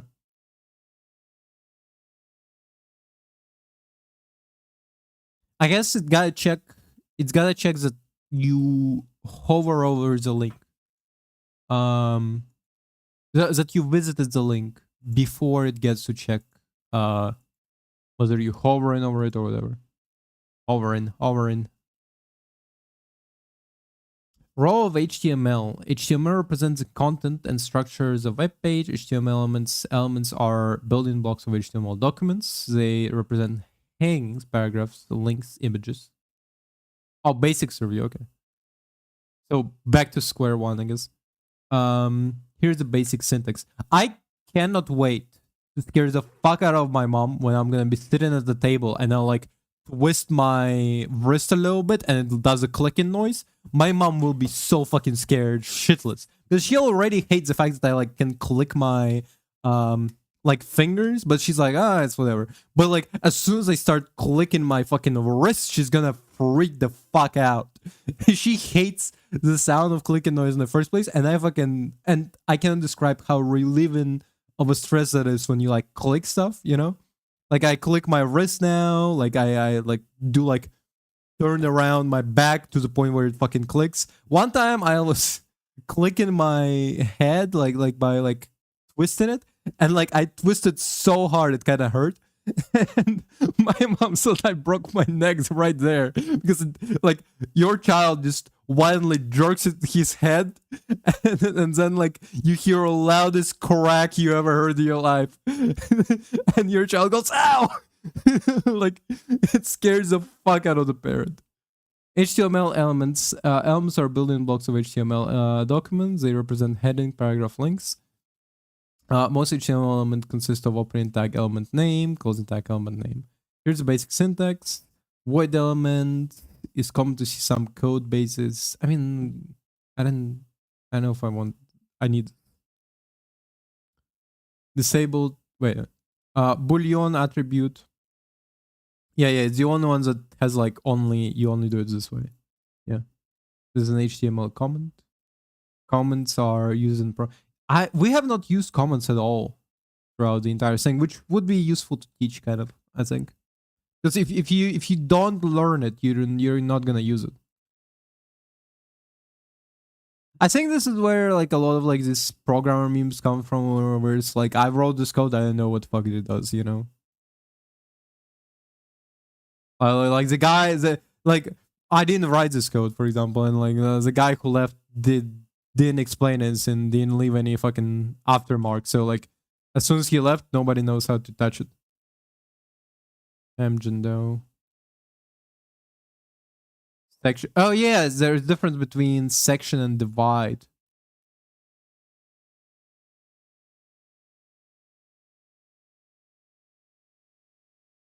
Smaller sections. Anchor element. These elements are used to apply links to a web page. The ref attribute used to specify where the link should go when user clicks on it. Li, flea treatment, cats. Yeah, stylized. Em for italics, kind of. But like, yeah, I remember it was something else, like empowered. Strong for bold letters. Oh, wait. Emphasis. Okay, strong elements for no. Big caption cats.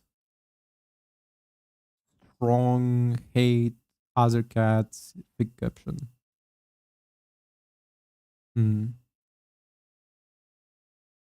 Alternative text.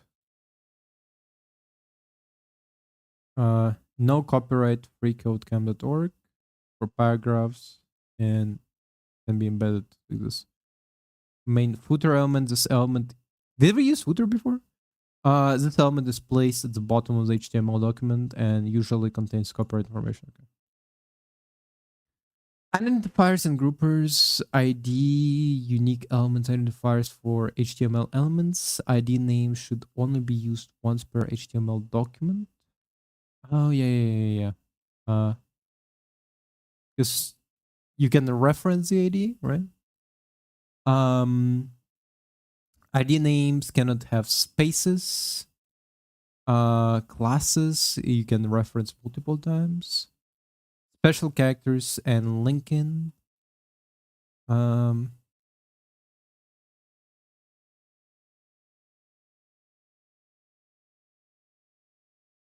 special characters and linking. HTML entities and HTML entity or character. Yeah. I remember that. I don't remember them, but I remember what this is supposed to be. It's supposed to like represent like essentially text. Um, it's supposed to like special characters like these, you know. Link element. This element is used to link to external sources. Attribute is used to specify a relation between linked resources in an HTML document.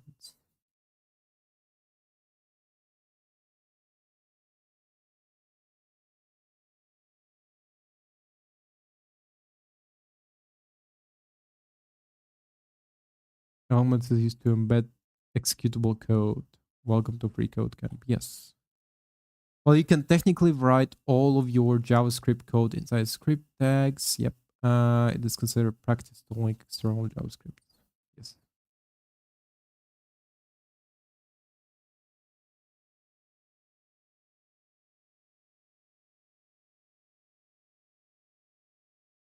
Mm-hmm.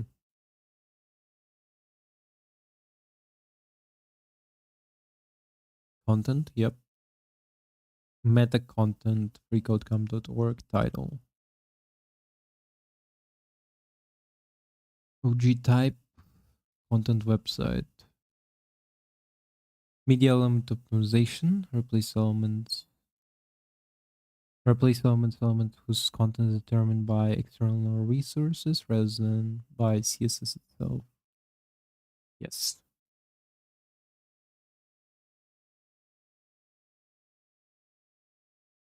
Okay. Oh no, this is the audio stuff that like for controls and stuff. Multiple. Yep. Target attributes types. Self blank parent. That's the one we just learned about.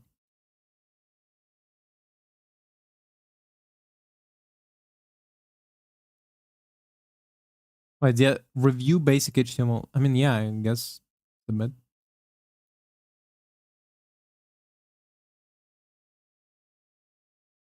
So basic HTML quiz. Okay. Which of the following will open link in your new browser tab?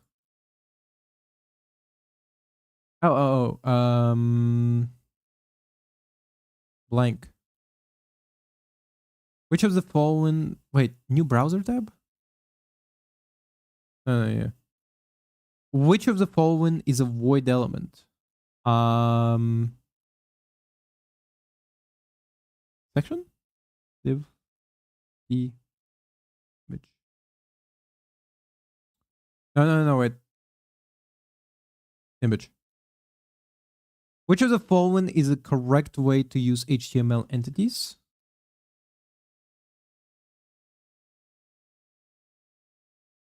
Hold up. I'm trying to figure out how the HTML entities even work. This is an image element. I don't remember. Does that work? It's like so. LTGT. I think it's this one.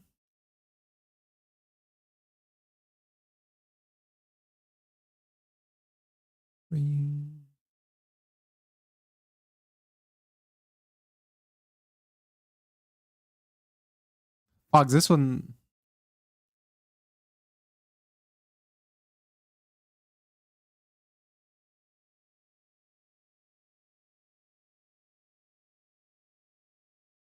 I remember it was super fucked up, so I don't remember. What is UL element used for in HTML? Is used to group lists. Oh yeah. No. It is used to group and ordered list of items. Yes, it is used to group. Oh no, it's unordered. Unordered list.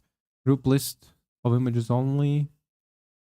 Used to group bullet list of items. Bulleted, not ordered. Bulleted. Which of the following is a correct way to apply multiple classes to HTML element? No. This is.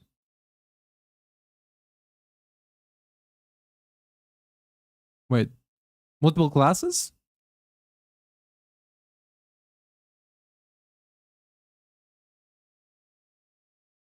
I think this.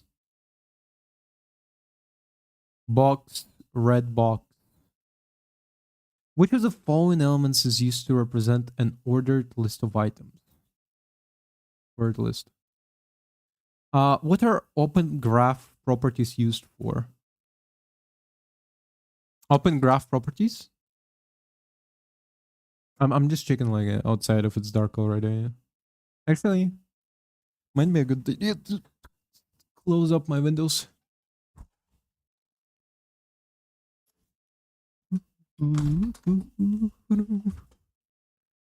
Okay.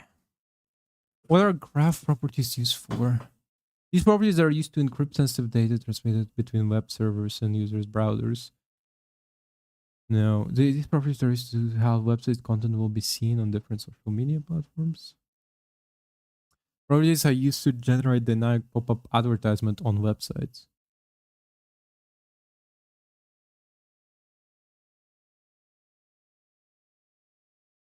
I could be wrong about this one. Graph properties? Which of the following is used to set a short description for web page? Content? No, it's content.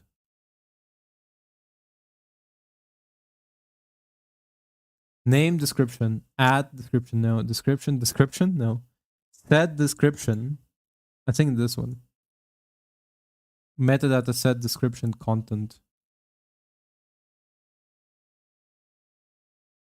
What does SVG stands for? Site vector graphics, scalable vector graphics, scalable vector graph.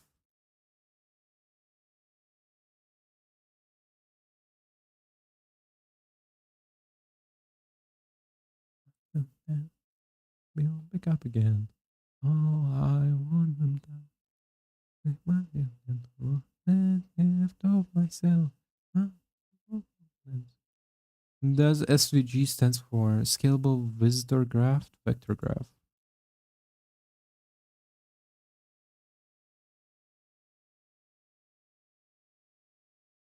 What is the role of footer element?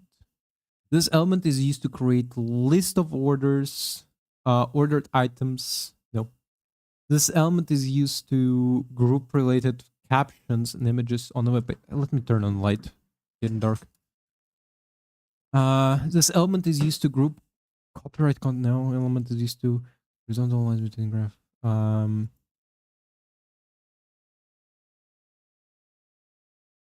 Yes, I'm pretty sure that's what footer is used for.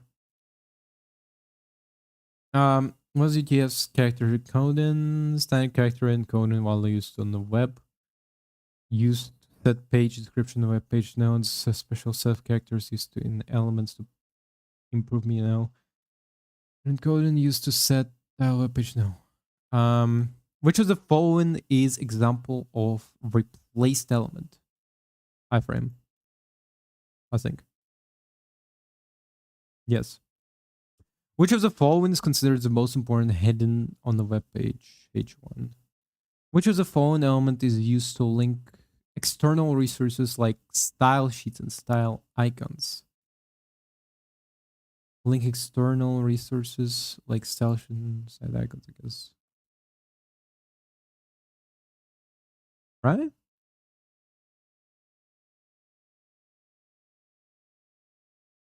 Yeah. Which of the following images is used to convey a sense of urgency, seriousness, or strong importance? Strong. I'm not even. What is the role of the fig caption element? It provides caption for content inside figure element. Yes.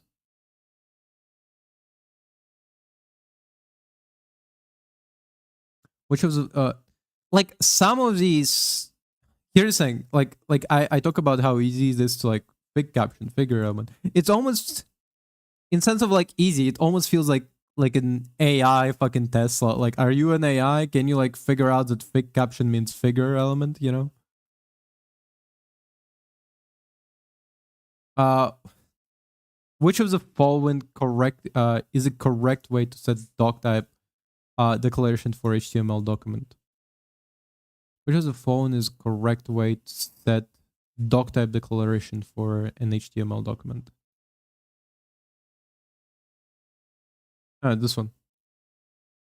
Was the what was the purpose of the head element in HTML? Container of metadata for HTML document, container of images, hidden elements. Which of the following is the correct way to set language to document to English? Cool. Yeah. Which of the following elements should? Oh, it was this rock as well. Oh. Which of the following elements should not be placed inside the head? Image, I think. A link, maybe as well. I know. Finish quiz. Yes, I'm finished. Okay, correct, correct, correct, correct, correct, correct, correct. Wrong. Was a footer element. Element used to group together images on a web page. Okay. Scalable vector graph. Wrong. These are wrong.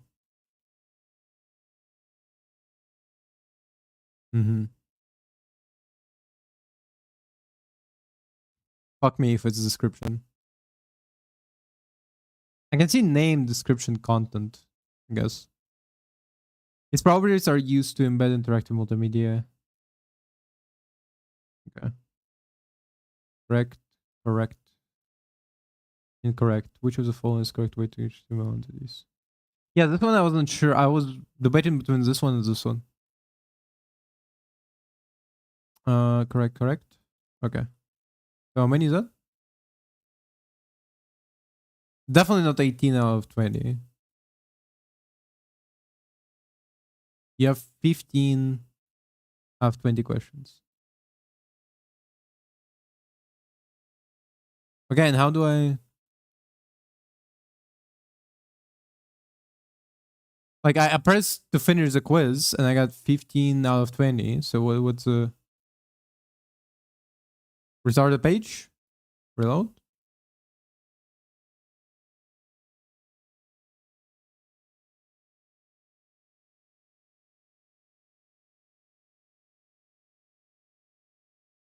Then it's all white now.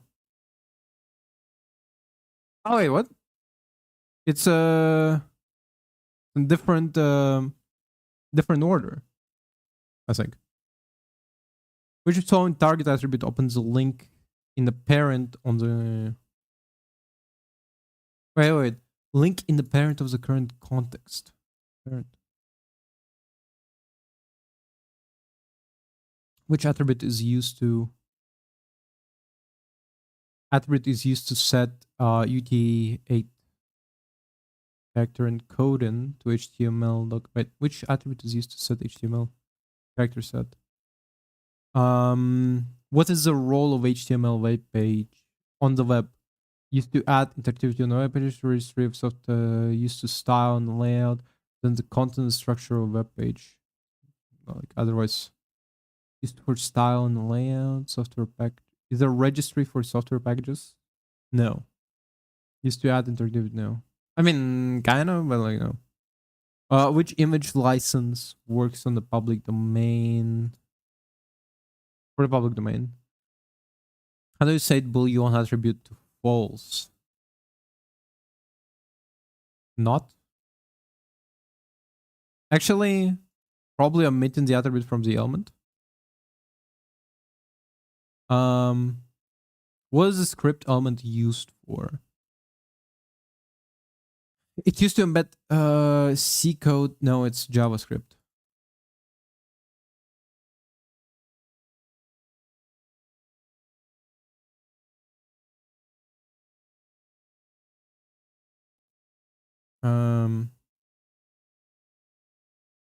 Which of the following elements is used to set title for HTML document? Title. Yeah. What is the class attribute typically used for? It used to define inline styles directly with HTML tag. It used to embed... Wait. Class attribute typically used for... Used to define inline styles directly with an HTML tag. It is used to embed metadata about the element. It is used to apply set of syllables to multiple elements. Wait, set of syllables? Set of styles. Used to specify a unique identifier for Java function.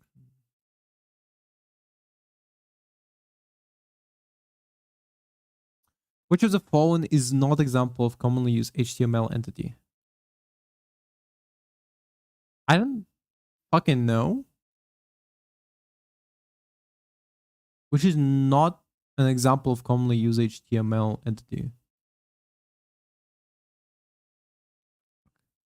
Double quote? It was double quote. I mean, I don't know because like it's not like I studied these. I always assumed that like I would be able to... I would be able to fucking Google this shit.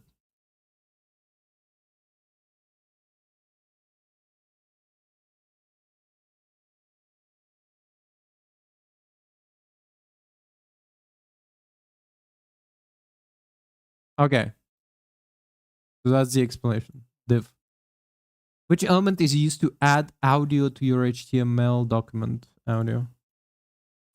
Where is the content represented on the web page? On the page placed in HTML document? Content? Body. Wait. Represented on the page. No, wait. In the script element, within the body, I guess. There's in between head and body, no. Which attribute is used to start audio again once finished. Loop. Which of the following is correct syntax for div element?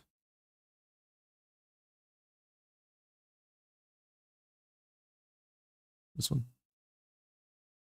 How does target equals self work? It redirects user to a different website specified in ref attribute. It opens link in the current browser context. It automatically downloads the link. Specify the position with the link doc. No. Browser should scroll to after clicking the link.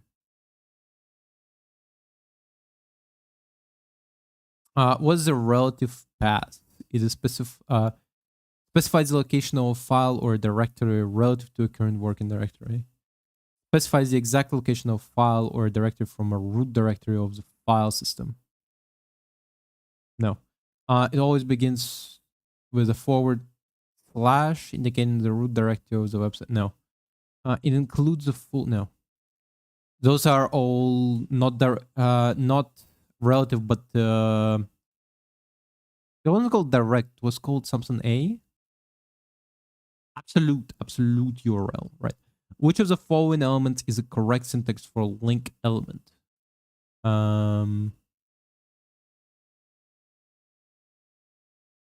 Wait. For a link element, huh?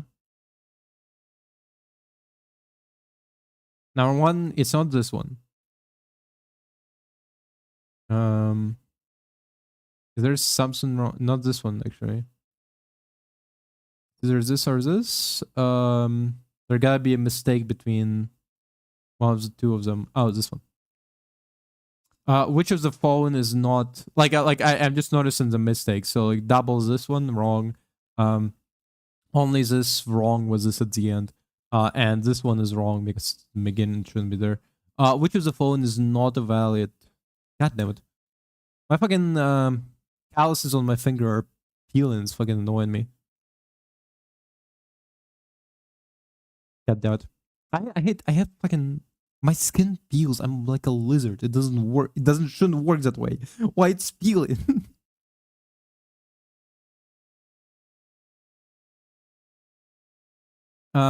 Which of the following is not a valid value for working with open graph properties? I think it's social media one. Oh, open graph is OG, right? I remember now. Which of the following is correct syntax for paragraph element? Can lose. These runners wanna run. What the name of iframe element stands for? Inline frame and inner frame. Inline video, inline frame. Yeah. What does active state mean for anchor elements? The link has been visited by a user. A user is actively clicking on it.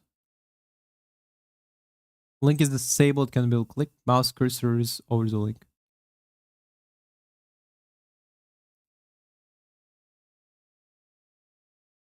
Yes. 100%, let's go, baby.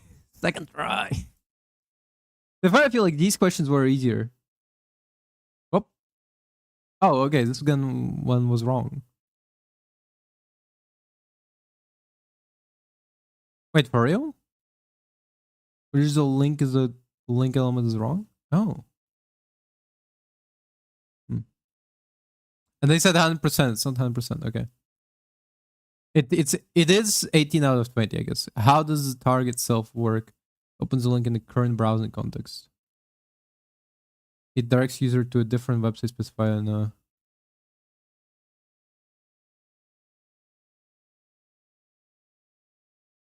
Okay, I guess. Yeah, I guess I'm wrong. Yeah, okay. Okay, but most of it is right. Yippee! 100%. Damn, we are close to finishing this. Thematic HTML. Important thematic, building a cat blog page.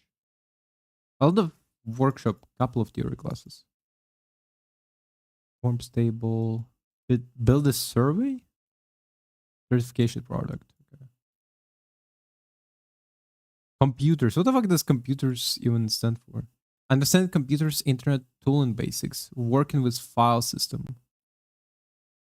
Browse and web effectively. Computer basic review. Huh. I mean, it's only 16 steps, so it's kind of interesting. CSS is gonna be a bitch though. God damn. A lot of certification products.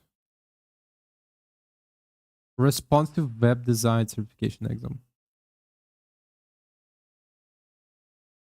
I'm entertained by this. I know what anybody else thinks, but I am very entertained by this. Learning about stuff. You know what's been plaguing me lately? I've been seeing ads where it's like, did you know that Germany will pay for AI fucking AI creatives? Did you know that if you sign up for our course, you can work with AI effectively? Did you know that like you can we will not ask for money from you until your first paycheck? Whoa!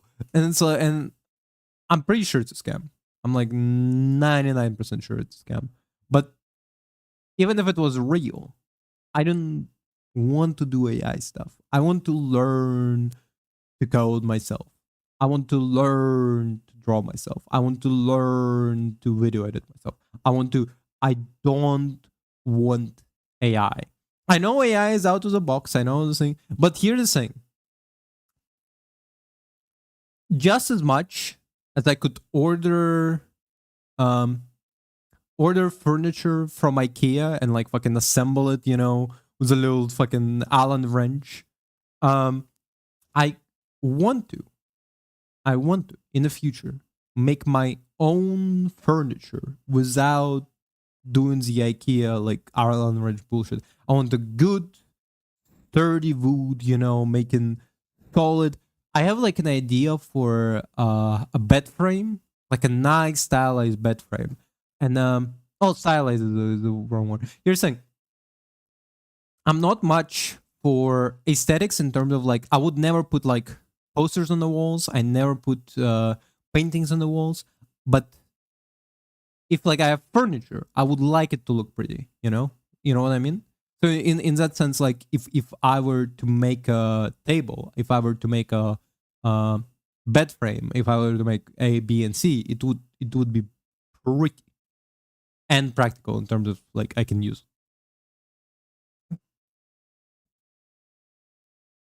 Like I would never. I have like the idea is to essentially there is like a method for like darkening wood by slathering it in like what's it called? What's it's like a mixture of, I think, if I remember correctly, ammonia and iron.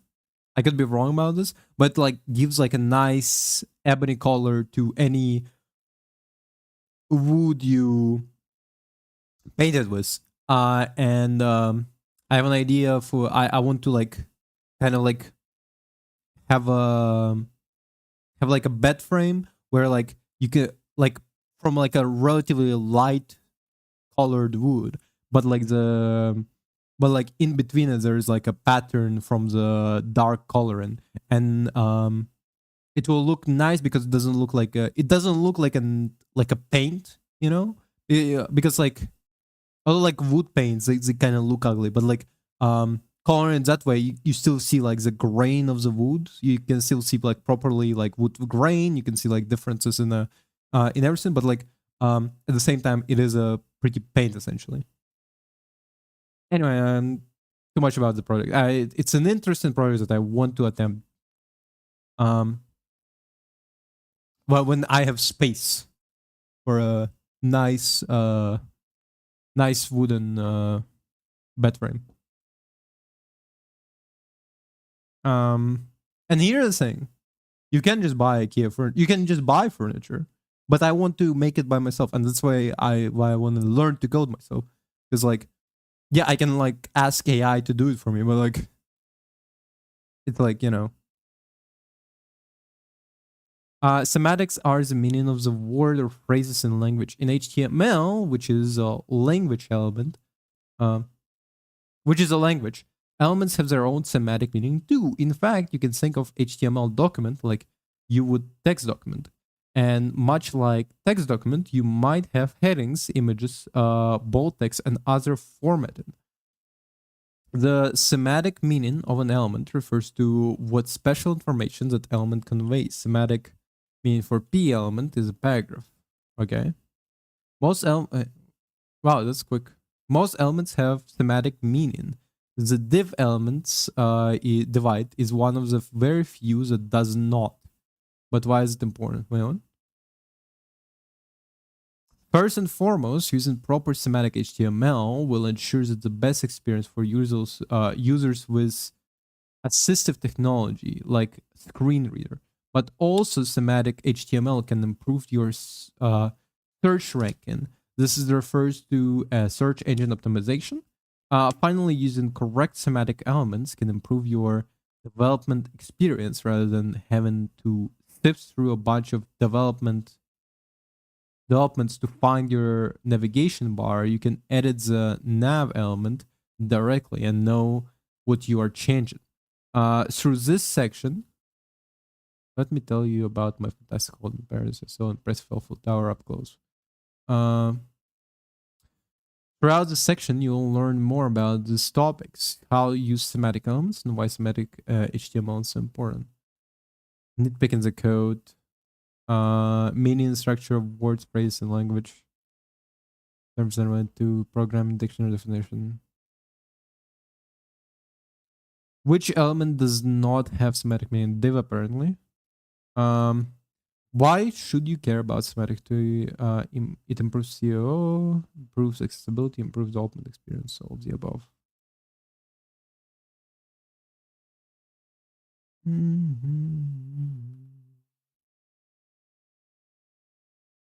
The most, but didn't we like do this already? Am I fucking crazy?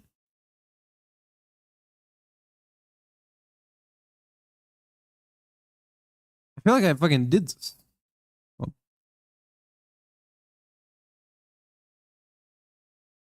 No, it is semantic HTML is the next one. What the fuck? Okay, continue learning. The most important aspect of creating structural hierarchy is proper use of heading element. Heading element are numbered 1, 2, 3. These number represent the heading level for the element. Much like text documents, you do not want to use heading level in the correct order. Your H1 element is your top level heading. You'll rarely have more than the one of these on a page, and it could typically come before all of your content.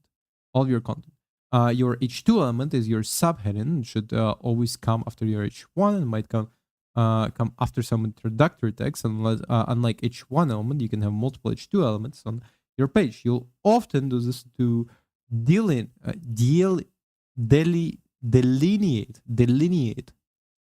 I know this word. I just never had to say it aloud. Delineate different sections of the content. Following the pattern, your H3 element should always come after H2 element. That is, you should never skip directly from H1 to H3. You can, however, have multiple heading elements at the same time. For example, this code is correct. H1, H2, H2. Okay. But this code would not be correct because H3 becomes before H2. Okay. H1, H3, H2. I mean, it feels stylistic, but I kind of do get it in terms of like I kind of do get it in terms of like if you have a let me close the door, yeah. In terms of like big letters, small letters, slightly bigger letters, kind of a little bit confusing. I attempted to use specific heading element because of its styling, such as H1 for larger text. Okay. Yeah, that's kind of what I was going to go say for. Instead, you should choose appropriate element for your document structure and use CSS to achieve style you'd like. Yeah. Using right hierarchy is important for accessibility. Assistive technologies. Yeah, I guess like screen readers will, if they read like the big, they will not read it as like large text. They'll read it as like hidden large text. You know, it's what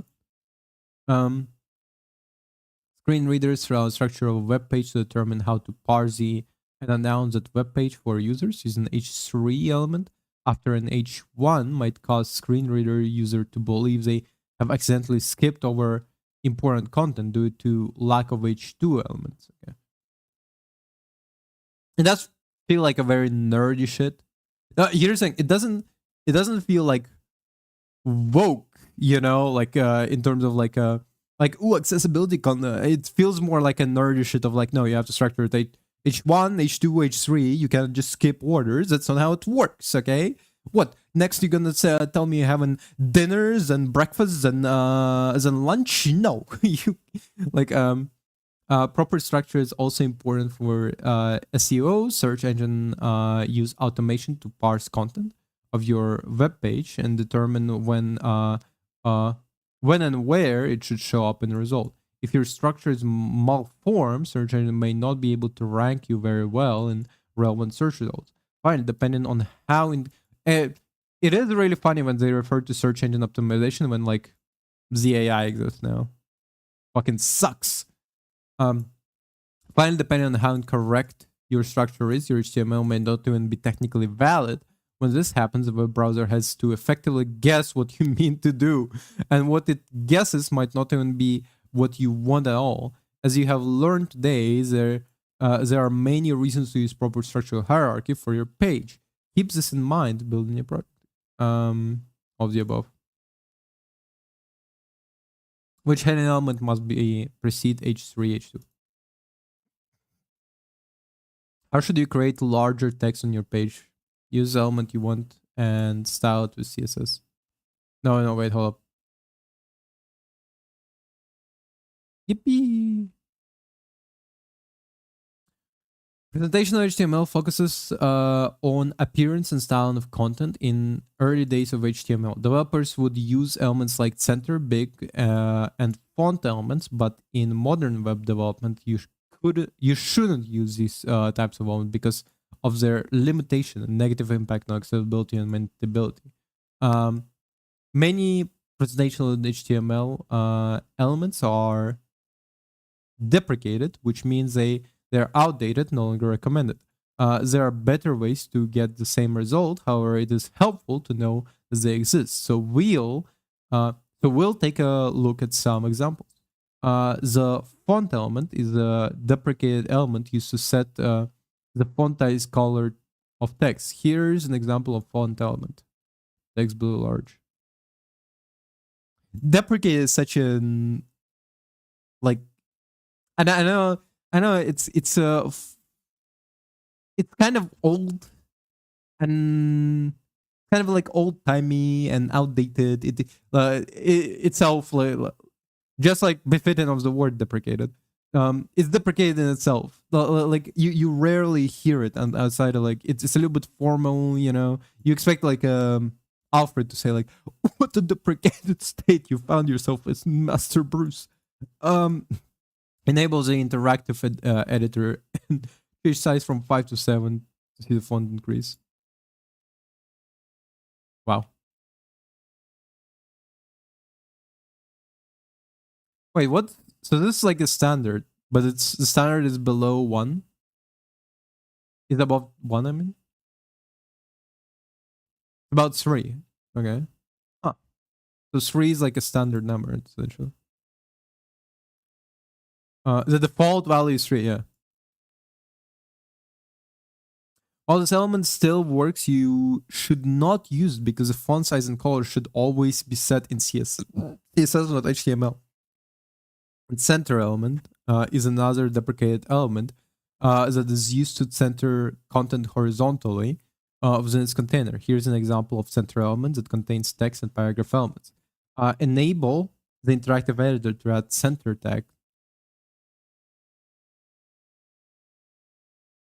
So essentially just this, right?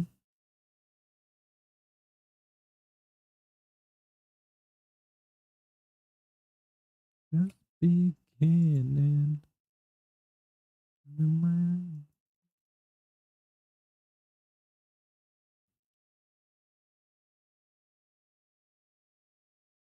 Hello. This text is centered. So it centers all of it, no matter what it is. And so this one doesn't even have paragraph in it. Okay. It's always weird how it's like it still works. And so it's paragraph. Even so, like they're teaching us like, oh, use paragraph, use H1, H2, but like it still kind of works. You can still kind of just type shit out. And next we have the big element. This is another deprecated presentational HTML element that makes the enclosed text one level bigger than its surrounding text. Here we have, wait, just one level bigger. That's funny. Enables the interactive editor, add big tags around some other text. They mean just some other text, but I'm gonna use it for the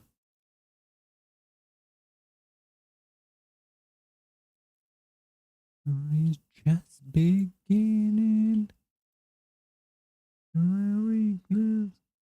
Remember that the font size should always set with CSS, so you should not use the elements in modern HTML.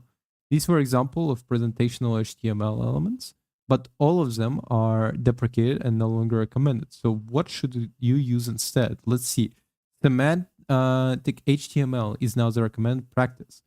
It describes the content of elements, so it's much easier to read, understand, and maintain.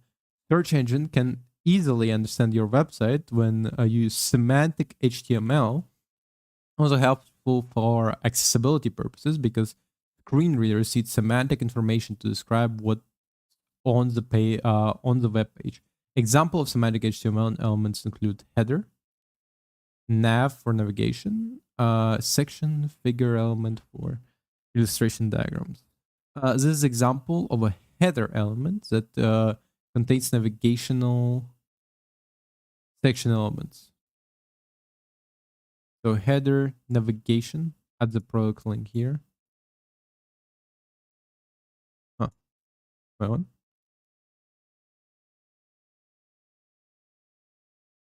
Header element contain navigational section element. Enables interactive editor, add the ref product side nav, see the changes preview window. Oh, okay. I get it. Okay, I understand now. And like we don't have links, so it's the semantic element clearly shows their purpose within HTML structure. These are main different semantic HTML elements. You will definitely find one that fits the needs of your project. Great work. Now you know the difference between presentational semantic HTML. Semantic HTML describes the content, while presentational HTML focuses on appearance. Which of the following best describes the difference between presentational semantic HTML? Wait.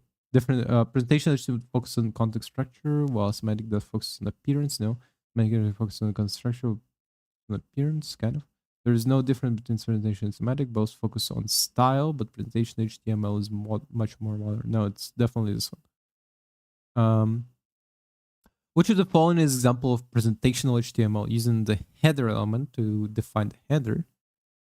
Using nav element to define presentational. An article element, center element, content. Which of the following is an example of semantic HTML? Nav. Yippee!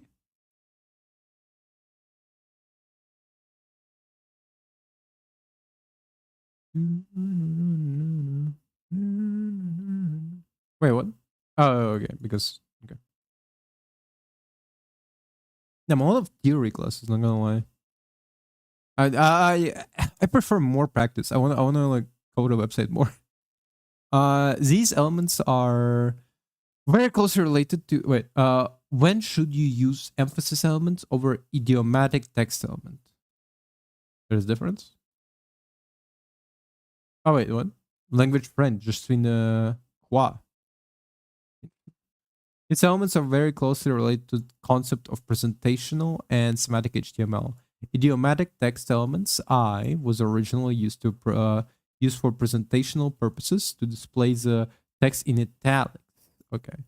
But now it is frequently used for highlighting an alternative voice or mood, idiomatic term for another language, technical terms, and salt. I mean, kind of, yeah. Okay. Here's an example on official HTML spec using I element to show idiomatic French. There's a certain je ne sais quoi in the air. Je ne sais quoi. The lang attribute inside the I lang French, is used to specify the language of the content. In the case language would be, in this case, the language would be French. The I element does not indicate if the text is important or not. It only shows that it's somehow different from surrounding text. Somehow different from surrounding text, yes.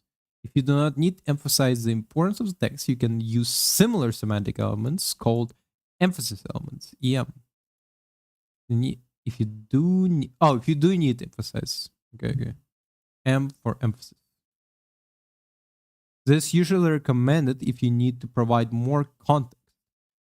You should use this element for parts of the text that require special emphasis compared to surrounding text. It's usually limited to only few words because it can alter the meaning of the sentence. This is an example of okay.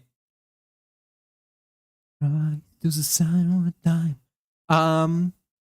Okay, I get them explaining this stuff for us, but it's also I'm thinking about it in like terms of like when I see this, I think about texting, you know, but then I realize that like, well, number one, I'm thinking about how would you implement this if you were making, for example, a texting website, right?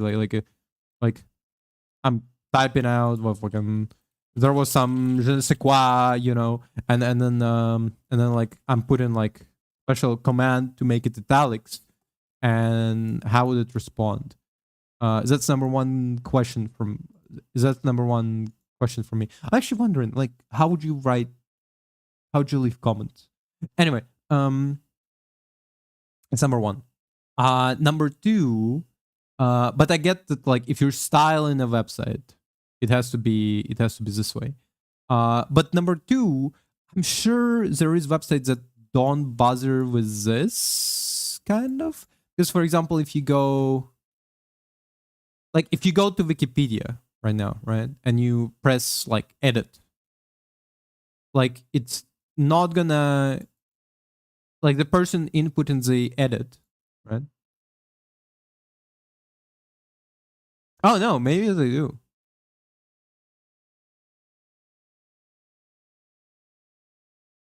Oh no, but you can do okay.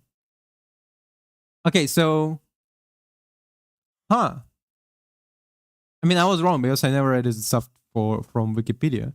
But like, okay, so you can edit it like essentially a Google Doc document, right? But it looks like you had another option, which is source code editing. Oh. Oh. Huh. This is more interesting.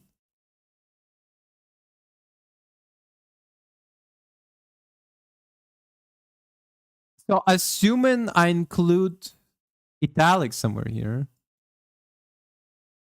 Oh, it's labeled italic text. Also, I'm not gonna be like actually editing the page, obviously. Like, but that was like number one, it's interesting. But number two, like, it's interesting. Is it because Wikipedia is just such an old site that they have like both versions essentially? But it just what I meant is more like if you're a publisher on like a website, like publisher for this website, you probably don't write it as like a code. You probably write in like, there's probably an easier editor, right? And like if you can make an easier editor, if you can make an easier if you can make an easier editor, then obviously you're not going to be, like your programmer not going to be using the your programmer not going to be like editing the code the entire time. They're going to be just using the easier editor. Actually, hold up. I just saw that you could like edit stuff on IMBD. Can I need to create an account. Okay.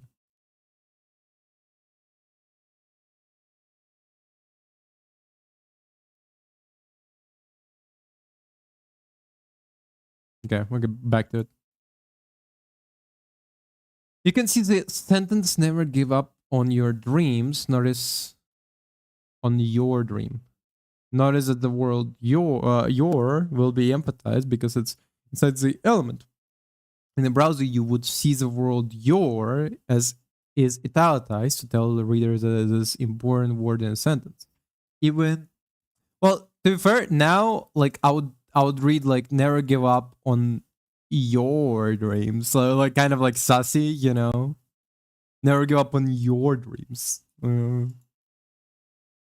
don't know how, but it somehow reads as sassy, like specifically your dreams. Um, ooh, definitely as like a text, like um,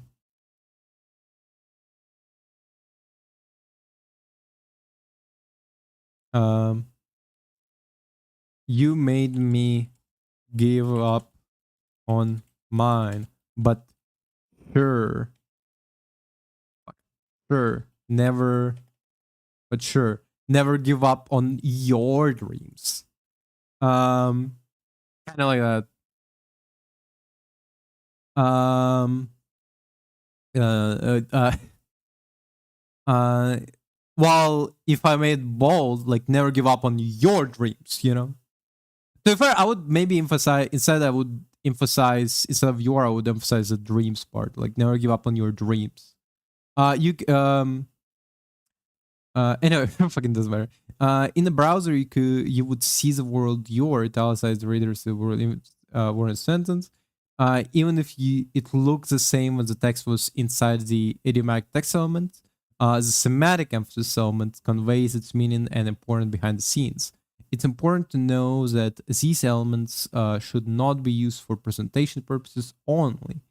Should not, yeah, okay. I was just confirming that one because I was thinking like, did I misread? If you need to display the text in italics, but text doesn't have a special purpose, style, or meaning in the paragraph, you should use CSS instead. Okay. Wait, what? If it doesn't have a special, so like essentially, if it's only for style and it's not for the, because then like if somebody like there's like a text reader, they're like yours like specified like if all of this text was like specified in italics and like then like a text to speech reader would be like italics, close italics. It's like crazy, yeah. Which HTML element is used to differentiate text from its surrounding context without conveying specific importance? I when should you use CSS instead of I or EM? When text has special when you want to display text in italics for presentation purposes only, when text has geometric expression, text needs to size for importance. What is the primary difference between I and EM? There is no difference. They both symbolize text. It indicates I indicates that text differs from surrounding text, while EM emphasizes important text.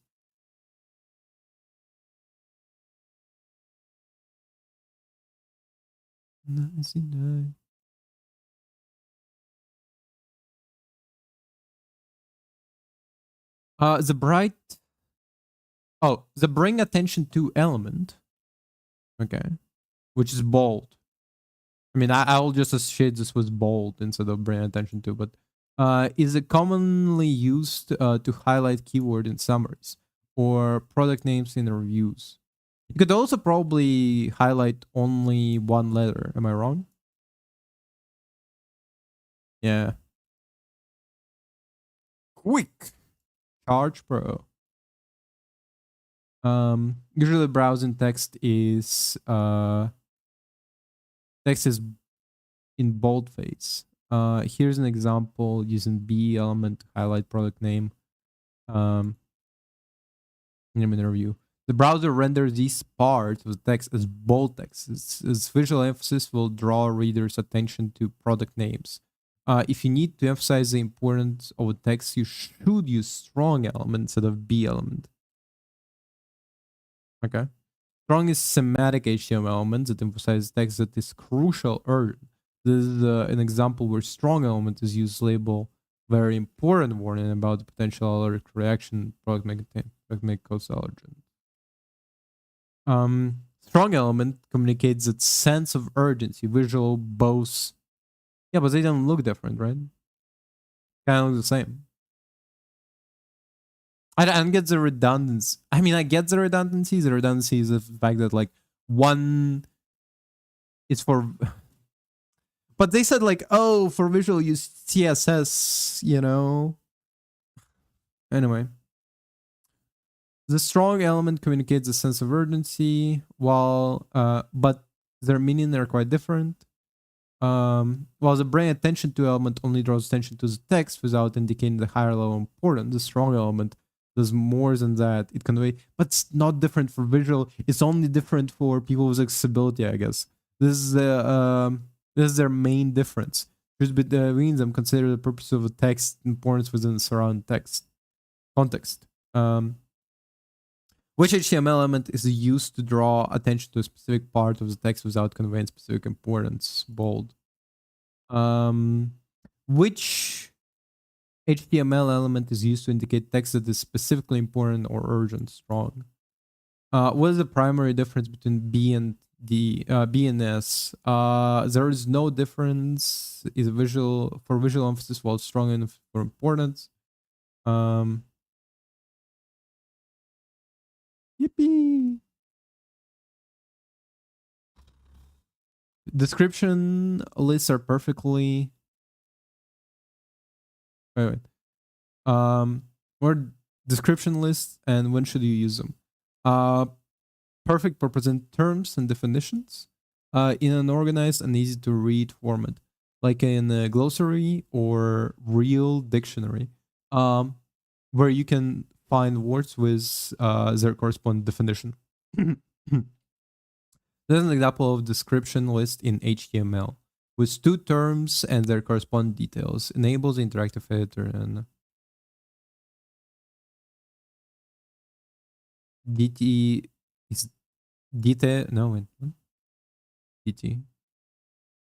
In this case, terms are acronyms, HTML and CSS. Okay. DT, GS, JavaScript DT. Wait. So you can.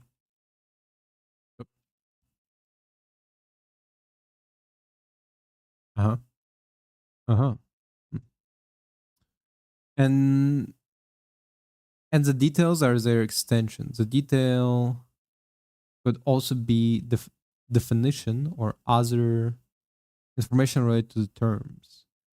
You will need 3 HTML elements to define description list. Description list, that's what it is?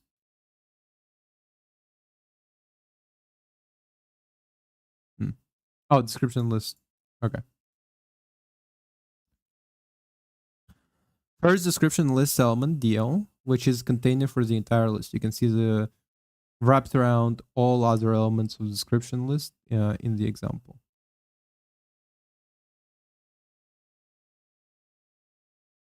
Then one describing term. Okay, describing term for which for each term. In this case, description list has 2 terms, HTML and CSS, well, 3 now. And finally, after each term, you find the description detail for a description or details associated with the term. Okay.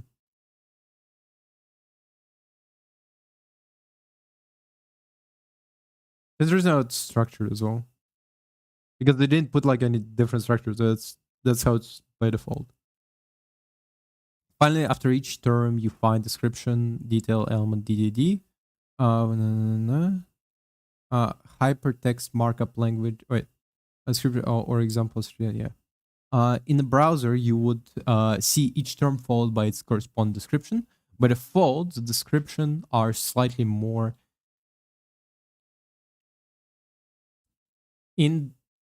indented towards the right to distinguish them visually. But description lists are not limited to only terms and definitions. They are much more versatile than that. Here we have a recipe with 2 ingredients. Enable interaction. Okay. The entire description or list is within description list element. The first ingredient flour is within description term element. Then you see how much of this ingredient you will need 2 cups. So 2 cups flour, half cup of sugar, 2 tablespoons of oil. Okay. Then you can see how much same structure sugar. In the browser, you would see the ingredients aligned to the left and measurements intended to separate them visually. Other use cases for description lists include product specification, frequently asked questions, contact information, metadata. Essentially, when you have 2 related pieces of information, key value pair format, where one acts as a label and the key. Okay, so essentially, like warning. This is not intended for human consumption, something like that. To relate piece of information in key value act as additional related information. The value you can use description list. Which HTML tag is used to define entire description list? DL. Which HTML tag is used to represent term description list? Wait. Represent term description list.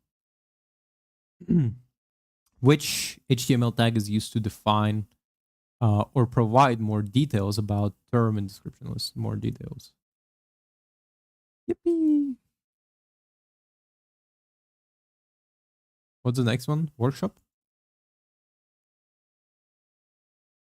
Yeah, we have time.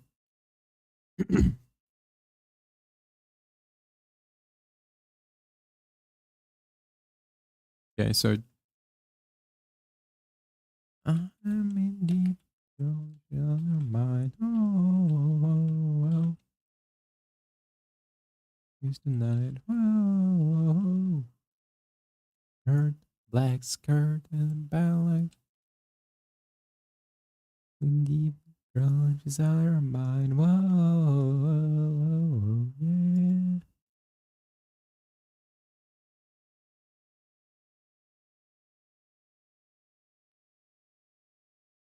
Below each one, create a DL element. This will hold browser list, of course.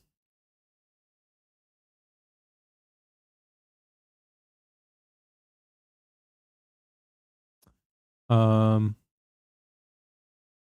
Contained in text Google Chrome.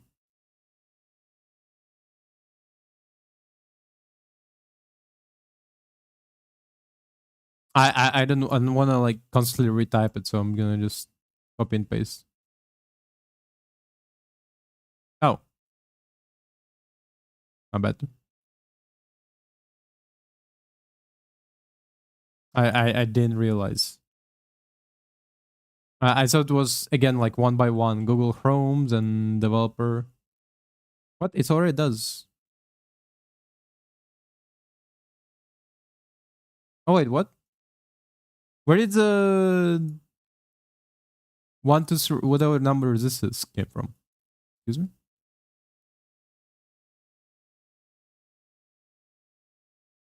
Okay.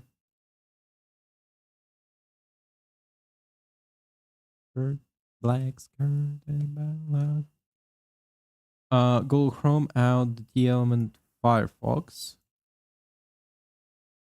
Um, right here.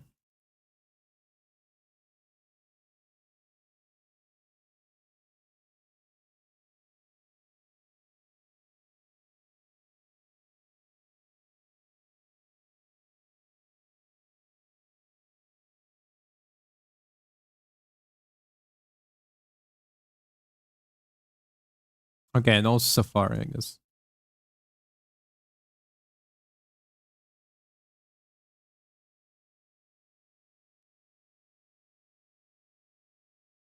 Safari is such a weird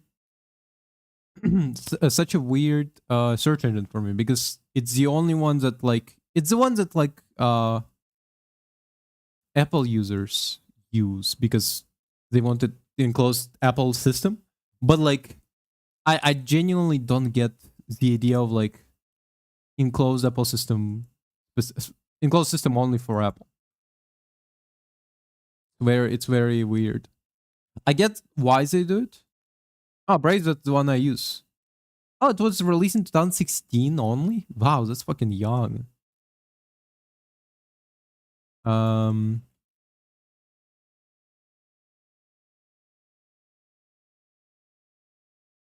I kind of know why they do it in Apple, where they want enclosed Apple systems. They've been doing like lawsuit with the like an iPhone chats where like blue bubbles are only for iPhone users, or and green bubbles are for fucking Android users, you know.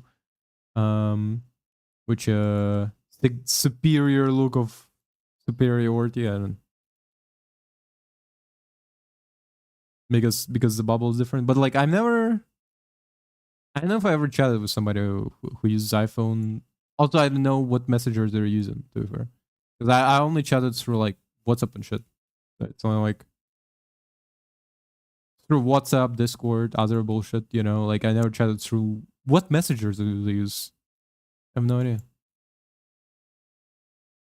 What do you mean green is only for Apple users? We're on blue or green is only for Apple, and I don't know which one. We're on WhatsApp. All messages are green. But now would be an optimal time to wrap it for today.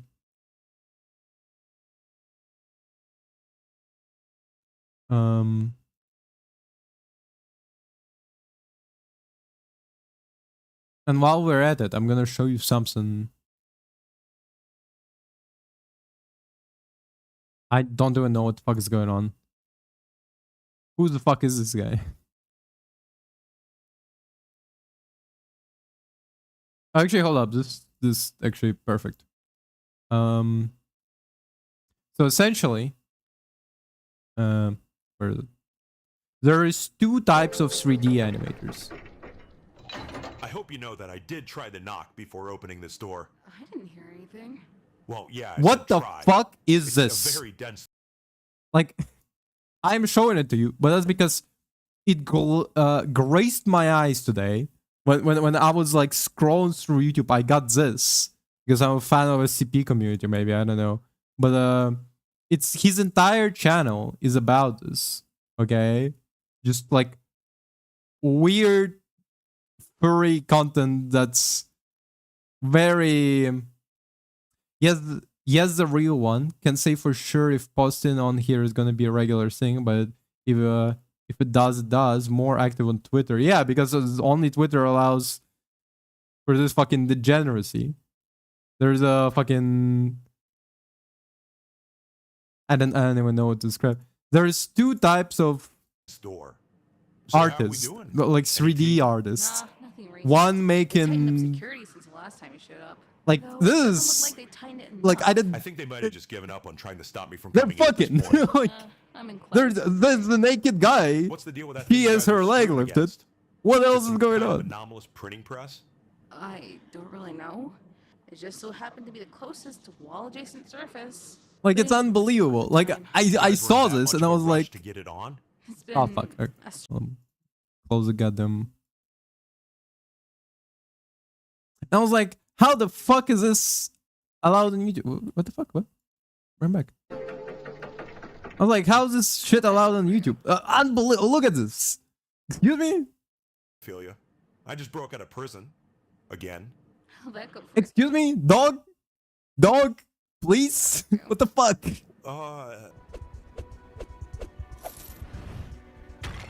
Hold up.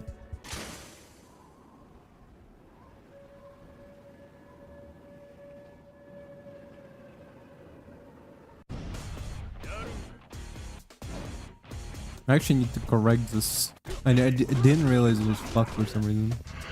I have no idea why.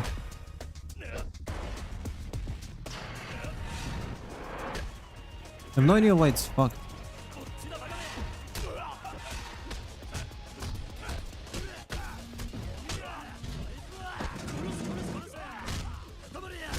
Well, I mean, I I'm appreciate here. this animation. Sorry, but could you scoot I over a appreciate bit? this That less. dial not being in the middle is wreaking havoc on my OCD. Okay, go nuts. Well, that told me nothing about what this thing does. I think there's a paper over on that shelf Like, that describes uncensored in version on my excruciating Patreon. detail Fuck exactly what no. this thing is and does. Excuse Yeah, me? but finding it out yourself is half of the fun with these things. You've got a strange idea of fun. I guess I'm just gonna leave this thing on very fine. What about your OCD? My what? Never mind. Any reason behind that choice? It's probably better than rough. Well, to each their own. Grow up. Anyway, 2 types of animators. The second type is this.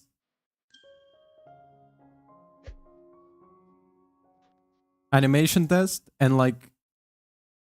Hold up. Oh, this is only 1 day ago? Because, there was like another guy who did exact similar animation test with like also Princess of Zelda. And like under each animation test is like, you know what you gotta do, you know what you gotta do, but he kept like posting only wholesome. Hold up.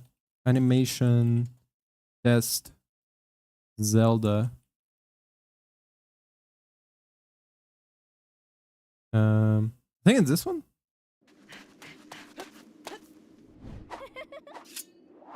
Of course, I would love to get them a Link has taught Zelda well.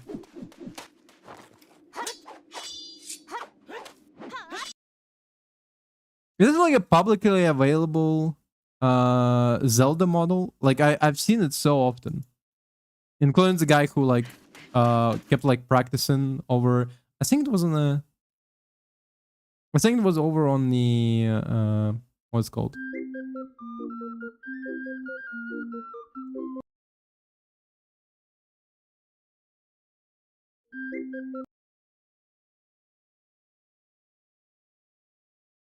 How come I can't find it? Yeah, but two type of animators. Oh, that's cool. 2 type of 3D animators.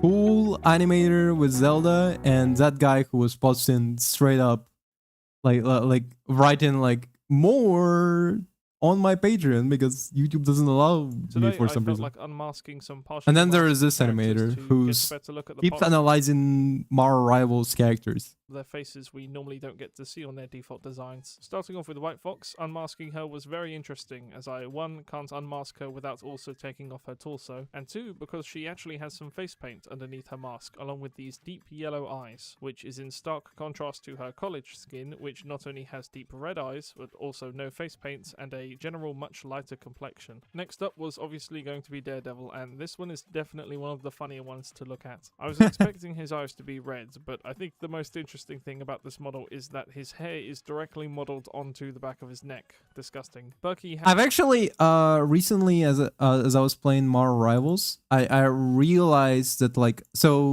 Reed Richards got like a summer skin, and I realized that like the back of his head has like way more white hair compared to like like it, like the way his hair is styled essentially. If you look at this if you look at this guy essentially, so like he always had like white sideburns, but also like in the back of her head he has like straight white lines somewhere around here.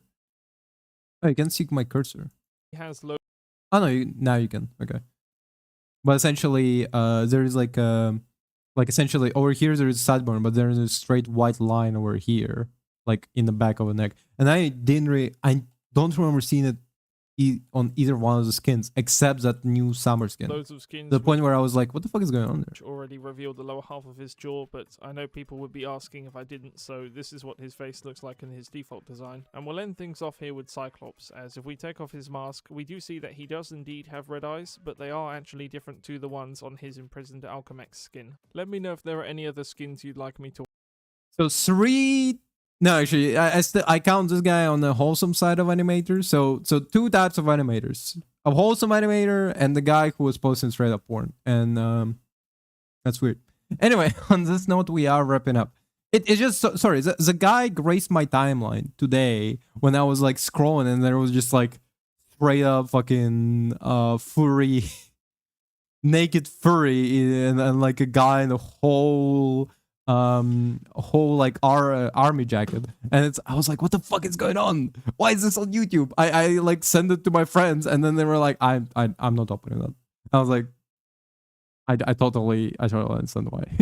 Like, well, anyway, on this note, we are wrapping up. Tomorrow is gonna be Shifu. After tomorrow is gonna be Shifu. Then it's gonna be Quake 4. Then it's gonna be Quake 4 again.